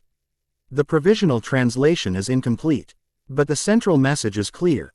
When cosmic balance falters, the Emperor shall awaken. His mark shall appear upon the chosen vessel. The sacred bloodline preserves his essence through time. Silence fell across the room as the implication settled. Rias studied the images with scholarly intensity while Akino and the others exchanged significant glances. This discovery, Rias finally said. How widely has it been reported? Currently contained to the research team, Lydia replied. But supernatural factions with archaeological monitoring capabilities will have noted unusual energy readings from the site. I estimate we have days, possibly hours, before others make the connection. Hiba spoke for the first time, his voice thoughtful. If this artifact was found beneath Issei's shrine, that suggests a connection to Shinto deities. Perhaps even imperial Japanese bloodlines. The Emperor's essence dispersed across multiple dimensions, Kiyomi explained. The primary vessel, the bloodline that would eventually produce Hyodo-san, was but one repository. Sacred sites worldwide contain fragments of his power, preserved for the eventual reawakening. Kaneko, who had been quietly observing, suddenly stiffened. Someone's coming. Powerful, not devil. Everyone tensed as a subtle pressure built in the air. The club room door opened without anyone approaching it, revealing a tall, distinguished-looking elderly man in traditional Japanese attire. Despite his apparent age, he moved with fluid grace that suggested tremendous physical capability. When he spoke, his voice carried the weight of mountains. Forgive the intrusion, he said with a formal bow. I am Yamamoto Genryusai, guardian of Issei's shrine. I believe you have been discussing our recent discovery. Rias rose immediately, offering a respectful bow in return. Yamamoto-sama, this is an unexpected honor. The circumstances demand direct intervention, he replied, his weathered gaze finding Issei with unerring precision. So, the vessel awakens at last. Issei stood, feeling something ancient within him responding to the old man's presence. You know what I am. I have You warded the Emperor's sealed power for 8 centuries, Yamamoto confirmed. The Shrine Guardians have maintained our vigil since the original sealing, preserving the fragments until they would be needed again. Lydia had also risen, her expression showing rare emotion, recognition and respect. The Yamamoto Protocol. My family's texts mention your order but indicated you had died out centuries ago. A thin smile crossed the old man's face. We found obscurity more effective than extinction, young Vasilev. Your family maintained its purpose admirably, even when working with incomplete information. His focus returned to Issei. The artifact's uncovering was no accident. It responded to your awakening, breaking through barriers specifically designed to keep it hidden until needed. And what exactly is this artifact? Issei asked. A fragment of your original throne, Yamamoto answered simply. Infused with your power and knowledge, a piece of yourself you left behind as insurance against complete memory loss during reincarnation cycles. The implications struck Issei like a physical blow. You're saying I deliberately arranged all of this? The ceiling, the bloodline, the artifacts, it was planned. The Emperor foresaw potential cosmic imbalances that would require his return, Yamamoto confirmed. But memories alone might not survive millennia of human incarnations. The throne fragments contain pure, undiluted knowledge accessible only to the awakened Emperor. Which means, Rias interjected thoughtfully, the artifact at Issei's shrine could potentially accelerate Issei's awakening process. Or provide answers we desperately need, Kiyomi added. Yamamoto nodded gravely. Precisely why I have come. The artifact must be properly accessed before others attempt to claim or destroy it. The young emperor must come to Issei immediately. Lydia stood even straighter. The Vassilieve protocols anticipated this scenario. I am prepared to provide security during transport and ritual access. As am I, Kiyomi stated firmly. The Takeda blade stands ready. Akino exchanged glances with Rias before speaking. A devil presence at Issei's shrine would be problematic. The sacred barriers might reject us. Indeed, Yamamoto agreed. While I hold no personal animosity toward devil kind, the shrine's ancient protections cannot distinguish ally from enemy among your species. Rias's expression revealed momentary frustration before smoothing into diplomatic acceptance. I understand. However, as heir to the House of Gremory and president of the Occult Research Club, I formally request regular updates regarding Issei's safety and progress. The political maneuvering wasn't lost on Issei. Everyone in the room recognized the growing complexity of faction interests surrounding him. Even now, with incomplete awakening, he found himself analyzing alliances and leverage points with instinctive skill. I'll go to Issei's shrine, he decided, addressing Yamamoto directly. But first, I need to ensure my parents' safety. Previous incidents have already targeted them once. The shrine guardians anticipated this concern, Yamamoto replied. Protective measures have been implemented around your family. They will perceive your absence as a school-sponsored cultural trip. Their memories will accommodate this explanation without supernatural interference. The causal manipulation of his parents' perceptions troubled Issei, yet he recognized the necessity. Better harmless illusions than the danger awareness would bring them. When do we leave? He asked. Tonight, Yamamoto answered. The new moon provides optimal conditions for accessing the artifact's knowledge with minimal energy discharge. Preparations are already underway. Rias stepped forward, her expression carefully composed despite obvious concern. Before you depart, might I have a moment alone with Issei? Something in her tone caused the room to still. Yamamoto studied her briefly before nodding. Very well. We shall make final arrangements outside.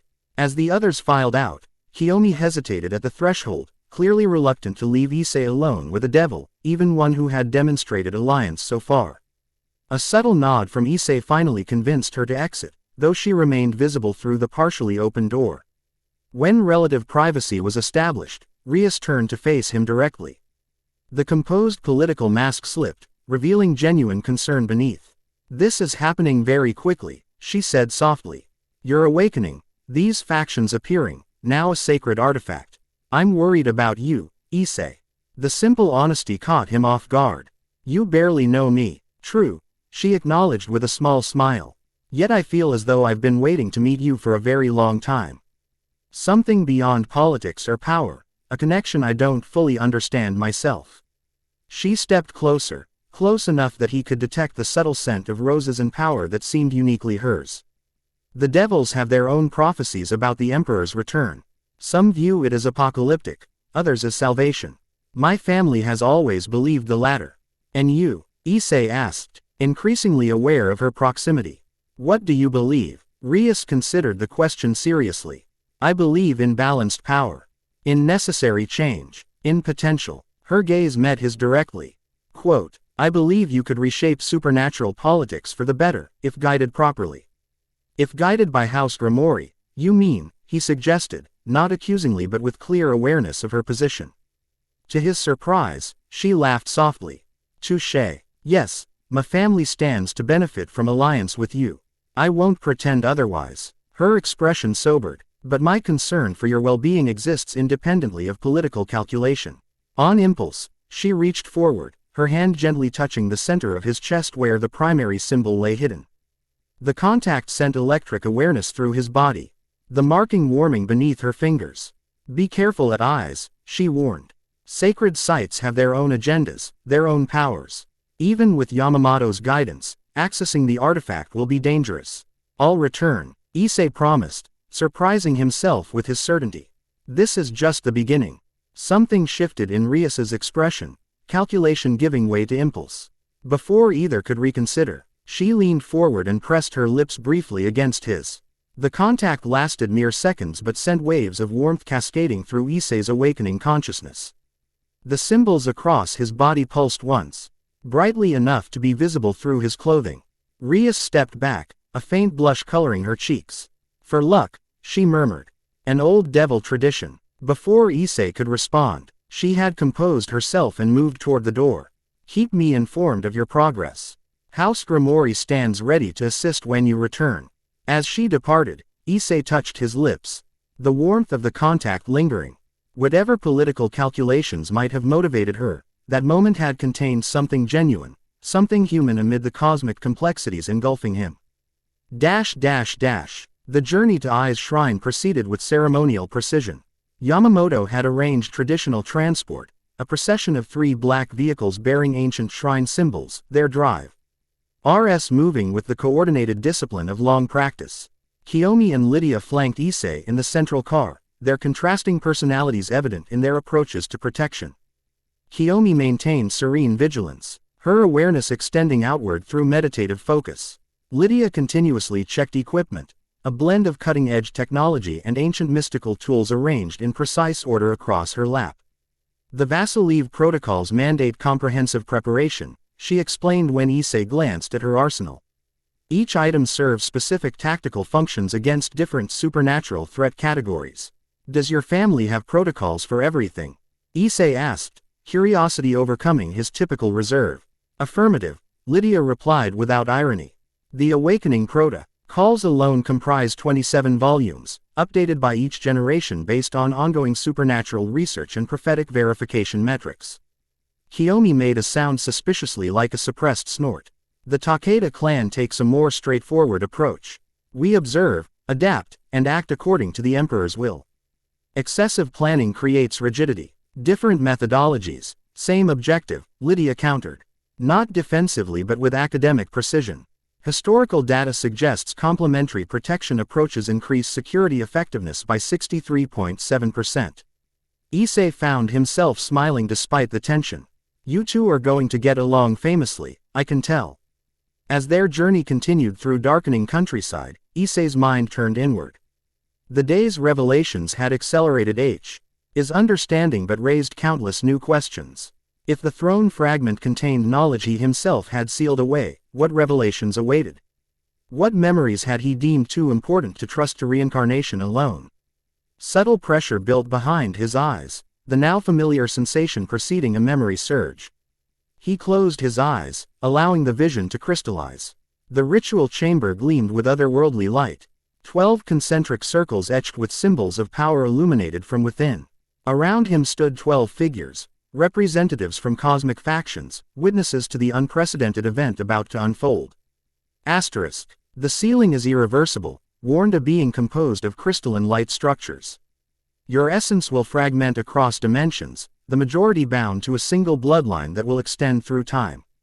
Awakening cannot be guaranteed. Asterisk. The calculations are precise, he responded, his voice resonating with harmonic frequencies beyond human hearing.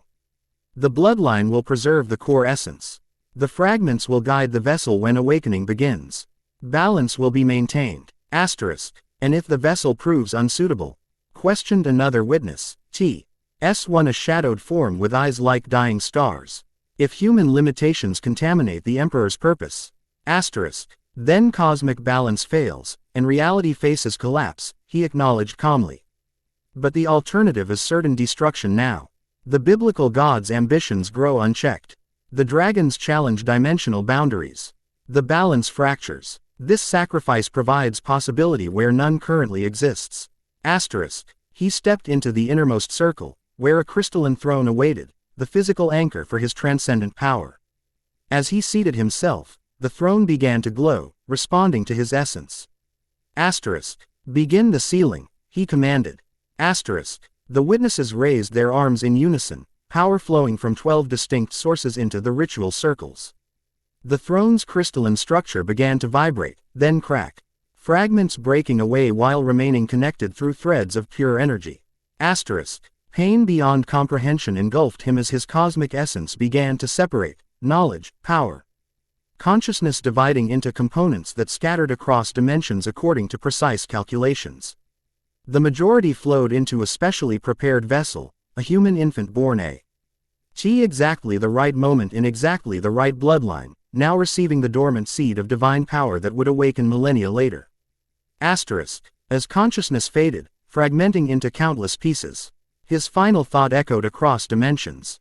Remember. When balance falters, remember. Asterisk. Hyodo-san. We have arrived. Kiyomi's voice pulled Issei back to present reality. The vision had been so vivid, so complete that disorientation gripped him momentarily. He blinked, focusing on his surroundings. The vehicles had stopped before an unmarked entrance at the far boundary of Issei's shrine's extensive grounds. Unlike the main tourist areas, this section remained wild and undeveloped, ancient trees and untouched undergrowth suggesting centuries of deliberate preservation. Yamamoto stood waiting, accompanied by white-robed shrine attendants who regarded Issei with expressions ranging from awe to trepidation. When he emerged from the vehicle, they bowed in perfect unison. The shrine recognizes you, Yamamoto explained, noting Issei's confusion at their deference. Sacred spaces retain energy memories that transcend time. These grounds remember your original essence, even if you yourself do not. The observation sent an uncomfortable shiver through Issei. How much of his identity remained his own?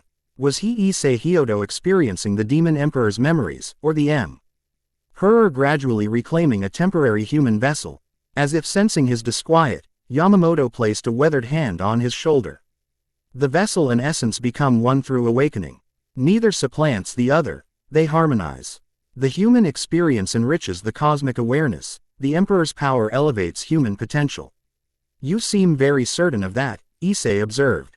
A rare smile crossed the old guardian's face. I have observed 7 previous partial awakenings throughout history. None progressed to completion. The cosmic conditions were not yet suitable. Each time, the human and error aspects integrated rather than competed. This revelation startled Issei. There were others before me.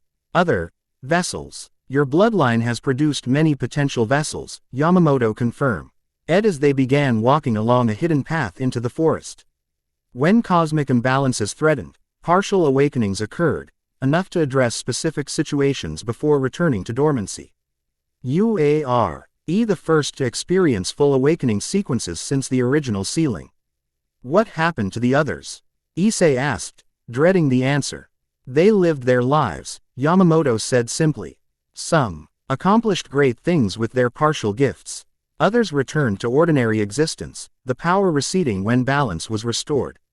All contributed to the bloodline's progression toward you, the vessel prepared for complete awakening. Quote, the path deepened into ancient forest, the shrine buildings disappearing behind them. Massive trees created a natural cathedral, their canopies blocking the night sky. Underfoot, the path began to glow with subtle blue luminescence, responding to their presence. Lydia consulted a handheld device, her expression tightening. Energy readings increasing exponentially. The site is active. The artifact awakened 3 days ago, Yamamoto confirmed. Synchronized with the young emperor's first power manifestation. It has been waiting for his arrival. Ey emerged into a small clearing where the excavation had been established. Archaeological equipment sat abandoned, tarps fluttering in the gentle night breeze. At the center, a massive pit revealed stone stairs descending into darkness. Blue-white light pulsed from below in a rhythm that matched the faint glow of symbols on Issei's chest. The university team has been temporarily reassigned, Yamamoto explained, noting Issei's questioning glance at the abandoned equipment. Their memories adjusted to recall permit problems requiring bureaucratic resolution. By the time such issues are cleared, our work here will be complete. The casual manipulation of innocent researchers troubled Issei, though he understood the necessity. How often do you alter people's memories? Only when absolute, Ely required to maintain supernatural secrecy, Yamamoto answered without defensiveness. The human world remains unprepared for certain truths. Protection sometimes requires difficult choices. Kyo, Mi and Lydia had taken defensive positions at the clearing's edge, their attention focused outward while Yamamoto led Issei toward the excavation. The steps descending into darkness appeared ancient yet perfectly preserved, carved from single pieces of stone that should have been impossible to quarry with ancient technology. The chamber was created during your original visit to this dimension, Yamamoto explained as they began to descend. Before human civilization established permanent settlements. The shrine was later built around it, its guardians passing knowledge through generations about what lay beneath. The stairway spiraled downward, illuminated by that same blue-white light that grew stronger with each step. The air should have grown stale at such depth, yet instead became somehow richer. Charged with energy that made each breath feel significant. They emerged into a vast underground chamber that defied architectural possibility. The ceiling soared impossibly high, adorned with constellation patterns unfamiliar to Earth's night sky. Walls curved in geometric patterns that seemed to extend beyond 3 dimensions, creating spatial dissonance that made Issei's eyes water. If he focused too long on any section. At the chamber's center stood the artifact, a fragment of crystalline throne partially embedded in stone. Symbols identical to those on Issei's body covered its surface, pulsing with increasing brightness as he approached. The excavation had only partially revealed it, much remained encased in surrounding stone as if emerging from solid matter. The throne through which your power was sealed, Yamamoto said reverently. A fragment followed your primary essence to this dimension, embedding itself at this nexus point of natural energy. Issei approached slowly, drawn by recognition so profound it transcended conscious thought. His hand raised instinctively toward the artifact. Wait, Yamamoto cautioned. The connection must be properly established. Direct contact without preparation could overwhelm your partially awakened consciousness. From within his robes, he produced a small wooden box carved with protective symbols. Opening it revealed a ceremonial knife of opalescent material that seemed to shift colors as it caught the light. Dragon bone, Yamamoto identified, noting Issei's questioning look. Freely given by Great Red himself during the original sealing. One of few materials capable of channeling your essence safely. The revelation startled Issei. Great Red contributed to my sealing. The Corrado information suggested the dragons opposed it. Cosmic politics are rarely simple, Yamamoto replied with the faintest smile. The dragons recognized the necessity of balance, even while lamenting the Emperor's departure. Great Red provided materials. Ophis established dimensional boundaries. Even Tiamat contributed protective enchantments. He offered the knife handle first to Issei. A small blood offering will establish connection without overwhelming your consciousness. 7 drops upon the central symbol, no more. The knife felt unnaturally warm in Issei's hand, vibrating subtly as if recognizing its rightful owner. The blade gleamed with internal light as he pressed it gently against his palm.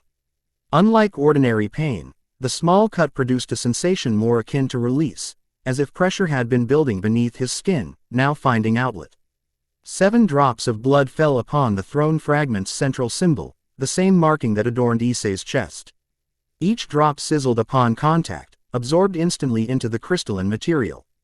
The chamber's illumination pulsed in response, the rhythm accelerating with each drop. When the 7th drop fell, light erupted from the artifact, not the gentle blue-white illumination from before, but brilliant crimson energy that engulfed Issei completely. Yamamoto stepped back, his weathered features solemn as he observed the communion. Within the cocoon of light, Issei experienced knowledge transfer unlike anything humanly possible. Information flooded his consciousness, not as sequential learning but as instant knowing, as if remembering things momentary. Forgotten rather than acquiring new understanding. The cosmic structure unveiled itself in his mind. Dimensions layered upon dimensions, supernatural factions and their complex interrelationships. The delicate balance points that prevented reality collapse. He saw the biblical factions, angels, fallen angels, and devils, as relatively recent cosmic developments, their ongoing conflicts a mere ripple in greater patterns. More crucially, he understood his own nature with sudden clarity. The Emperor had indeed been a cosmic entity of immense power, but not a conqueror or ruler in human terms. Rather, he had functioned as crucial infrastructure within reality itself, the necessary counterbalance that prevented any single power from achieving dominance destructive to cosmic equilibrium. The Orient awakening had been calculated millennia ago, triggered by specific conditions now unfolding across supernatural realms. The biblical god's death, secretly maintained knowledge among select factions, had created power vacuums. Dragon gods grew restless with changing balances. Ancient sealed entities tested weakening boundaries.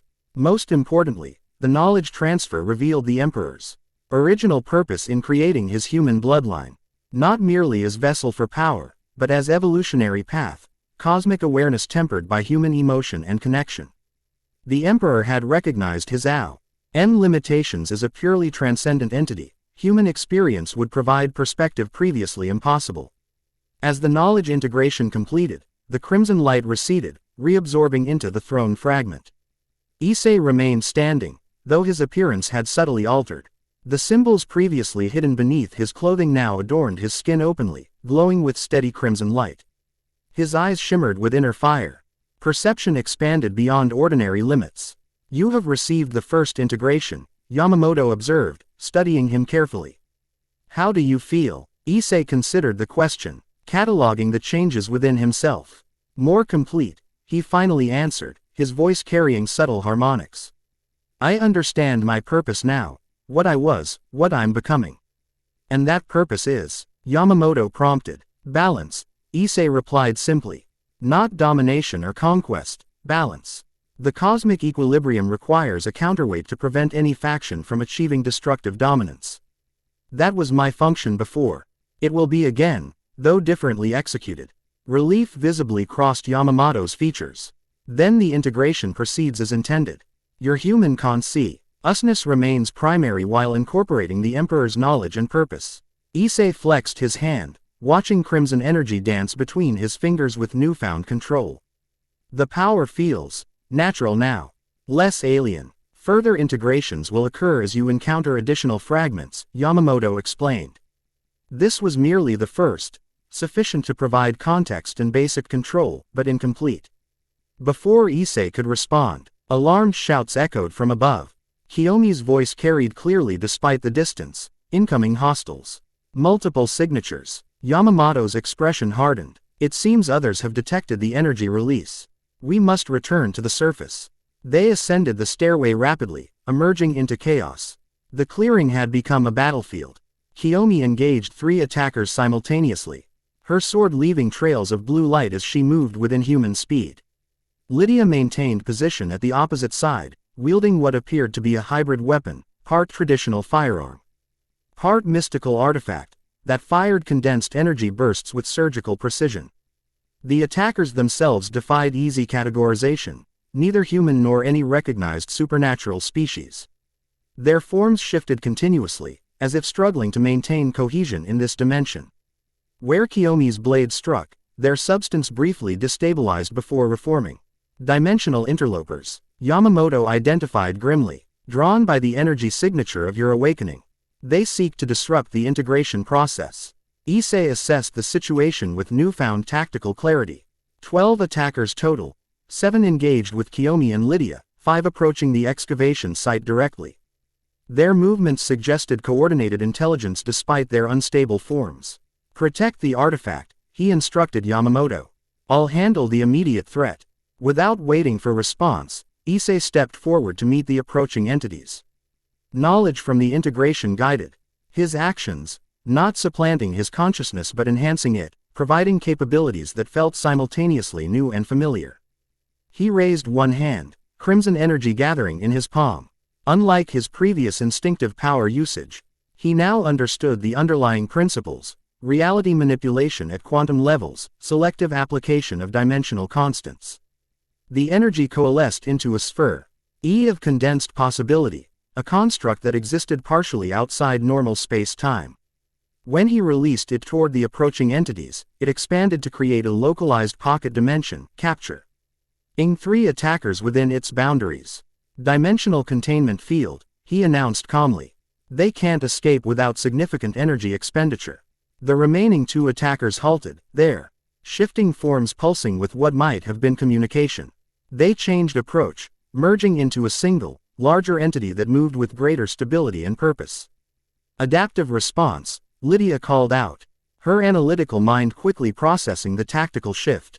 Combined form increases dimensional anchoring. The merged entity extended appendages that resembled tentacles composed of fractured light. Where they touched the ground, reality itself seemed to warp, grass withering, soil transmuting into unknown substances. Issei recognized the danger immediately. Reality corruption. It's attempting to alter dimensional constants.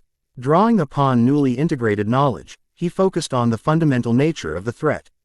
These weren't merely attackers, they were symptomatic of the V-Uri imbalance his awakening was meant to address.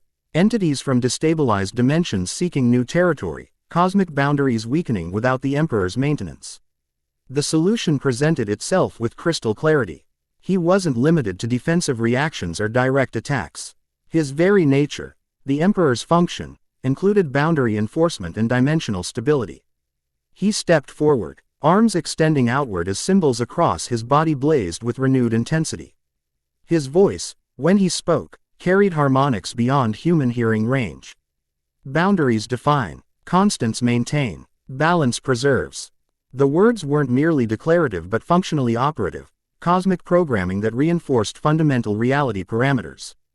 The air around him shimmered as dimensional constants reasserted themselves locally. The merged entity writhed in apparent distress, its form destabilizing under reinforced dimensional laws. What had been a coherent threat began to dissolve, loosen. Anchoring in this reality as proper boundaries reasserted. Return to your proper sphere, Issei commanded, the authority in his voice transcending physical force. This dimension is sealed to you.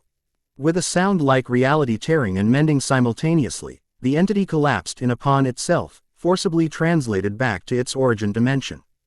The containment field holding the other attackers pulsed once before similar translation occurred within its boundaries, leaving it empty.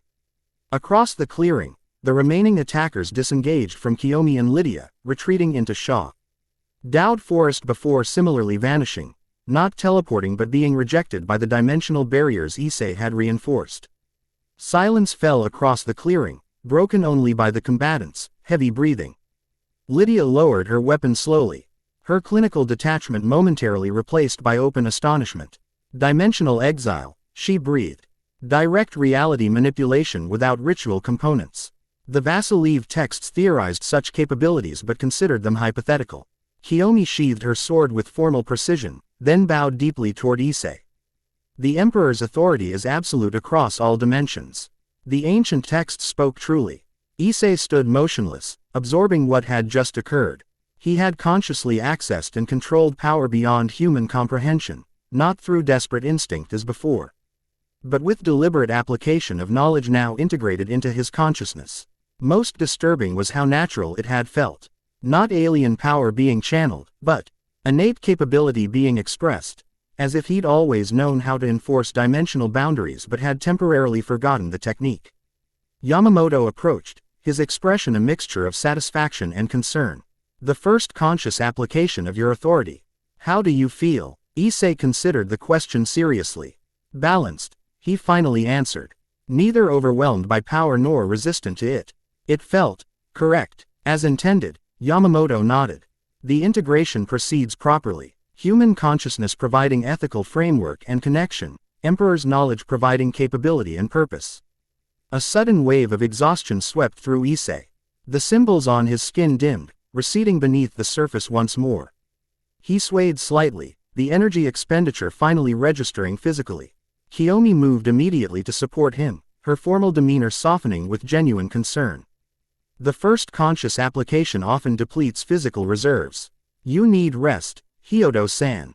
Indeed, Yamamoto agreed. The shrine's inner sanctuary has been prepared. Sacred boundaries will prevent further incursions while you recover. As they guided him from the clearing, Issei glanced back at the excavation. The throne fragment pulsed once more in rhythm with his heartbeat, acknowledgement and connection spanning millennia of planning. There will be more attacks, he observed quietly. Without question, Lydia confirmed, her tactical mind already processing implications. Dimensional instability suggests multiple factions detecting your awakening. Strategic response P. Protocols must be implemented immediately. First, rest, Yamamoto insisted. Strategy requires clarity that exhaustion prevents. As they moved deeper into shrine grounds, Issei's thoughts turned to Rias and her club members. How would the Devil faction respond to his demonstrated abilities? Would their interest remain alliance, or shift toward containment of a perceived threat? More personally, he wondered if Rias's apparent interest was purely political calculation or contained genuine connection. The brief kiss before his departure had felt sincere, transcending factional maneuvering. Sanctuary buildings appeared ahead, traditional architecture with subtle modifications visible to his enhanced perception. Protective barriers layered the structures, some ancient and others recently reinforced. Within these walls, he would be temporarily shielded from dimensional intrusions and supernatural detection. "We'll maintain perimeter security," Lydia stated as they reached the entrance. The Vassal-Leave protocols include specific countermeasures for 17 categories of supernatural infiltration attempts. "I will commune with the Shrine Guardians," Yamamoto added. Additional active measures must be established before morning. Kiyomi alone accompanied Issei inside, her role as personal guardian superseding tactical assignments. The interior revealed traditional Japanese aesthetics with profound serenity, tatami floors, sliding paper doors, and minimalist furnishings creating an atmosphere of calm contemplation. "You should rest," she suggested, indicating prepared bedding in the central room. "I will maintain vigilance." Exhaustion made argument pointless. Issei settled onto the futon, his body demanding recovery while his mind continued processing the day's revelations. As consciousness began to fade, one final memory surfaced, not ancient knowledge from the throne fragment, but Rias's unexpected kiss. In the complex cosmic balance unfolding around him, simple human connection provided unexpected anchor, a reminder that amid supernatural politics and dimensional conflicts, individual relationships retained genuine significance. His last thought or sleep claimed him was simple determination. He would return to Kuo, to his parents, to Rias and the others. Whatever cosmic role awaited, he would not abandon the human connections that grounded his evolving identity. Morning arrived with gentle insistence, sunlight filtering through paper walls to create patterns across tatami floors. Issei awakened feeling remarkably restored, the previous day's exhaustion replaced by vibrant energy that hummed through his body. Kiyomi knelt nearby, maintaining the same vigilant posture she'd held when he'd fallen asleep. If she'd rested at all, no evidence suggested it. "Good morning, Hyodo-san," she greeted formally. "Your recovery appears complete." Issei sat up, assessing his condition. The symbols remained beneath his skin, visible only as faint outlines unless deliberately activated. His perception continued to operate at enhanced levels, energy signatures visible throughout the sanctuary, dimensional layering apparent in the shrine's ancient construction. "How long did I sleep?" he asked, noting the sun's position. 14 hours, Kiyomi replied. Yamamoto-sama indicated such recovery period was expected following initial integration. Issei's phone buzzed from beside the futon, the first technology he'd noticed in the traditional setting. The screen displayed multiple notifications, 23 text messages from Rias, 16 from Akino. Even several from other occult research club members. News of the dimensional incursion had clearly reached Kuo. Before he could check the messages, the sanctuary door slid open to reveal Yamamoto accompanied by Lydia, whose perfect posture couldn't quite hide signs of fatigue after night-long vigilance. "You've recovered well," Yamamoto observed. "The integration stabilizes more quickly than previous partial awakenings. Cosmic conditions accelerate the process," Lydia added, consulting data on her specialized tablet. "Energy readings throughout Japan show increasing supernatural activity. Word of your awakening spreads. Which means we must accelerate preparations," Yamamoto concluded. "The artifact has been secured in deeper chambers, but it represents only one fragment of your distributed knowledge. Others exist worldwide, each containing aspects of your original power and memory. Issei absorbed this information while checking Rias's messages. Her initial texts expressed concern over energy fluctuations detected at Issei, gradually increasing in urgency when reports of supernatural combat reached her intelligence networks.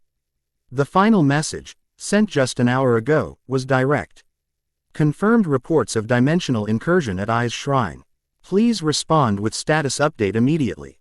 House Gremory resources standing by if extraction required. Asterisk. He quickly composed a reply, summarizing events while downplaying potential dangers. Safe at Issei. Successful integration with artifact. Dimensional intruders repelled. Returning to Kuo today. Details in person. Asterisk. The response came almost immediately. Thank goodness. ORC will meet your return. Much to discuss. Dragons taking notice. Asterisk. That final comment sent a chill through Issei despite his enhanced capabilities. Dragons taking notice meant cosmic-level attention focused on his awakening. Exactly the scenario the careful, gradual integration process had been designed to avoid. We need to return to Kuo immediately, he announced, rising to his feet. Events are accelerating faster than anticipated. Agreed, Yamamoto nodded. The shrine has provided what it can for this stage of awakening. Further integration requires different catalysts. The Vassal-Leave protocols recommend consolidated defensive positioning, Lydia stated. Kuo Academy's existing supernatural barriers provide foundation for enhanced protection systems. Kiyomi's expression revealed rare emotion, concern breaking through her disciplined exterior. The devils will seek to influence your development now that your capabilities have been demonstrated. Let them try, Issei replied with newfound confidence. I understand my purpose now. Alliance, not subservience, will define my relationships with all factions. As preparations for departure began, Issei stepped outside the sanctuary building into the shrine's serene gardens. Morning light filtered through ancient trees, creating patterns of illumina. Cheon that seemed to reflect the complex balance he was destined to maintain. His phone buzzed with another message, not from Rias this time, but from an unknown number. The text contained only 3 words. Dragons are watching. Asterisk. As if summoned by the message, a shadow passed overhead, too large for any natural bird, moving too quickly for normal perception to track clearly. Issei's enhanced sense recognized the energy signature instantly. Dragon, powerful but not god class, observing from concealed altitude. Reconnaissance, he murmured, understanding the implications. Information gathering for interested parties. The knowledge transfer from the throne fragment provided context. Dragons operated according to their own cosmic hierarchy, with Great Red and Ophis at its apex. Lesser D. Ragans, still tremendously powerful by human standards, often served as agents for greater powers, gathering intelligence and influencing events through subtle intervention. This observer likely reported to multiple interested parties, its presence confirming the message's warning. Dragon factions were indeed watching his development closely, calculating implications for their own cosmic positioning. Yamamoto joined him in the garden, his weathered gaze following Issei's to the sky where the dragon had vanished. They were bound to notice eventually. Your power signature grows stronger with each integration. How many fragments exist? Issei asked, returning his attention to immediate concerns. 7 major repositories, each containing specific aspects of your original essence, Yamamoto answered. The Issei fragment provided foundational knowledge and basic power control. Others contain different capabilities, specific techniques, historical memories, cosmic authorities. And they're scattered worldwide. Yamamoto nodded. A deliberate security measure. No single faction could access all fragments simultaneously. Your awakening activates them sequentially, drawing them into resonance as you become ready to integrate each aspect. The implications were both reassuring and concerning. His full capabilities would develop gradually, allowing adaptation rather than overwhelming his human consciousness. However, each activated fragment would create energy signatures detectable by supernatural factions, drawing increased attention and potential interference. The next fragment, Issei prompted. Where is it located? Beneath Vatican City, Yamamoto replied without hesitation.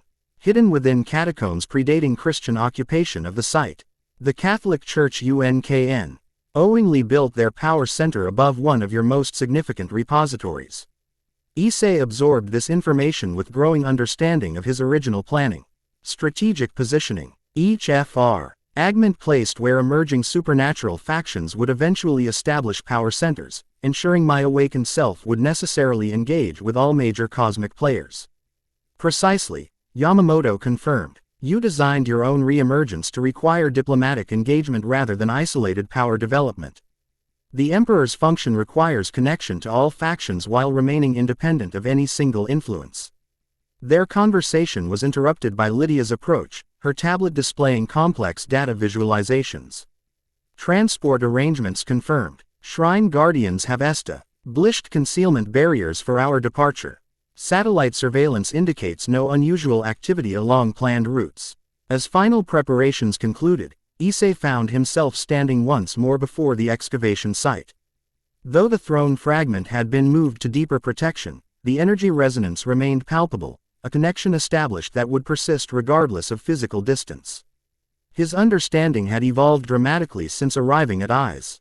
What had begun as confused identity crisis, human teenager versus cosmic entity, now revealed itself as deliberate evolutionary path. The Emperor had not merely stored himself within human bloodlines but had chosen to integrate with humanity, recognizing that cosmic perspective alone was insufficient for true balance maintenance. Issei Hyodo wasn't being replaced by the Demon Emperor, he was becoming the next evolution of that cosmic function, transcendent power tempered by human connection and experience. As they departed the shrine grounds, Issei sensed multiple supernatural observations tracking their movement, not just dragons but representatives from various factions maintaining discreet surveillance. Word had indeed spread quickly. Cosmic politics already adjusting to his demonstrated capabilities. The journey back to Kuo proceeded without overt incident, though Kiyomi and Lydia maintained constant vigilance. Their contrasting methods creating complementary security. Yamamoto remained at Issei, his responsibilities as guardian preventing him from leaving sacred grounds for extended periods. I will Conti. New research into optimal integration sequences, he had explained before their departure. The shrine records contain guidance that may prove valuable as you encounter additional fragments. As their vehicles approached Kuo town limits, Issei's phone buzzed with another message from Rias. Detected your approach. Meeting arranged at Orc. Multiple faction representatives requesting introduction. Proceed directly to Old School building upon arrival. Asterisk. Political maneuvering begins immediately, Kiyomi observed, reading the message over his shoulder. The devils move quickly to position themselves as primary allies. All factions will attempt similar strategies, Lydia added matter-of-factly. The Vassal-Leave protocols anticipated this phase, categorizing potential alliance structures according to cosmic balance implications. Issei considered their observations while watching familiar landscapes pass outside the vehicle windows. Kuo Town, ordinary human community unknowingly hosting. Multiple supernatural powers, now seemed different through his enhanced perception. Layered realities existed concurrently, magical boundaries and monitoring systems invisible to human awareness but clearly apparent to his awakened senses. Balance requires understanding all perspectives, he said finally. I'll meet with any faction willing to approach respectfully, but pledge allegiance to none. The Emperor's function transcends traditional alliance structures. As they turned onto the road leading to Kuo Academy, Issei felt a subtle shift in the air, familiar power signatures moving into position around the approaching vehicles. Not threatening, but definitely present in force. The Occult Research Club had indeed prepared for his return, and they weren't alone. Multiple supernatural factions had representatives in position, awaiting the arrival of the awakening emperor whose demonstration at Issei's shrine had sent shockwaves through cosmic political structures. The game was expanding rapidly, pieces moving into position across a board that encompassed dimensions rather than mere physical territory. At its center stood Issei Hyodo, once ordinary teenager, now awakening cosmic entity. And ultimately something entirely new in the supernatural order. As the vehicle stopped before Kuo Academy's gates, Issei straightened his posture and allowed a small portion of his power to ess. Her face. Symbols glowing faintly beneath his clothing, eyes shimmering with inner light. Not dominance display but simple acknowledgement of his evolving nature. Let's not keep them waiting, he said calmly. Stepping from the vehicle into his new reality. Behind distant mountains, a massive red dragon observed the unfolding events with ancient interest, its presence concealed from all but the most powerful awareness. The game had indeed begun again after eons of preparation. Great Red, the dragon of dragons, settled in to watch how his old acquaintance would manage the complex cosmic politics awaiting his return. The balance had shifted during the Emperor's absence, adjustment would not come easily or without conflict. But then, nothing truly important ever did. Chapter 2 End. The End. Remember to subscribe and like this video. See you in the next video.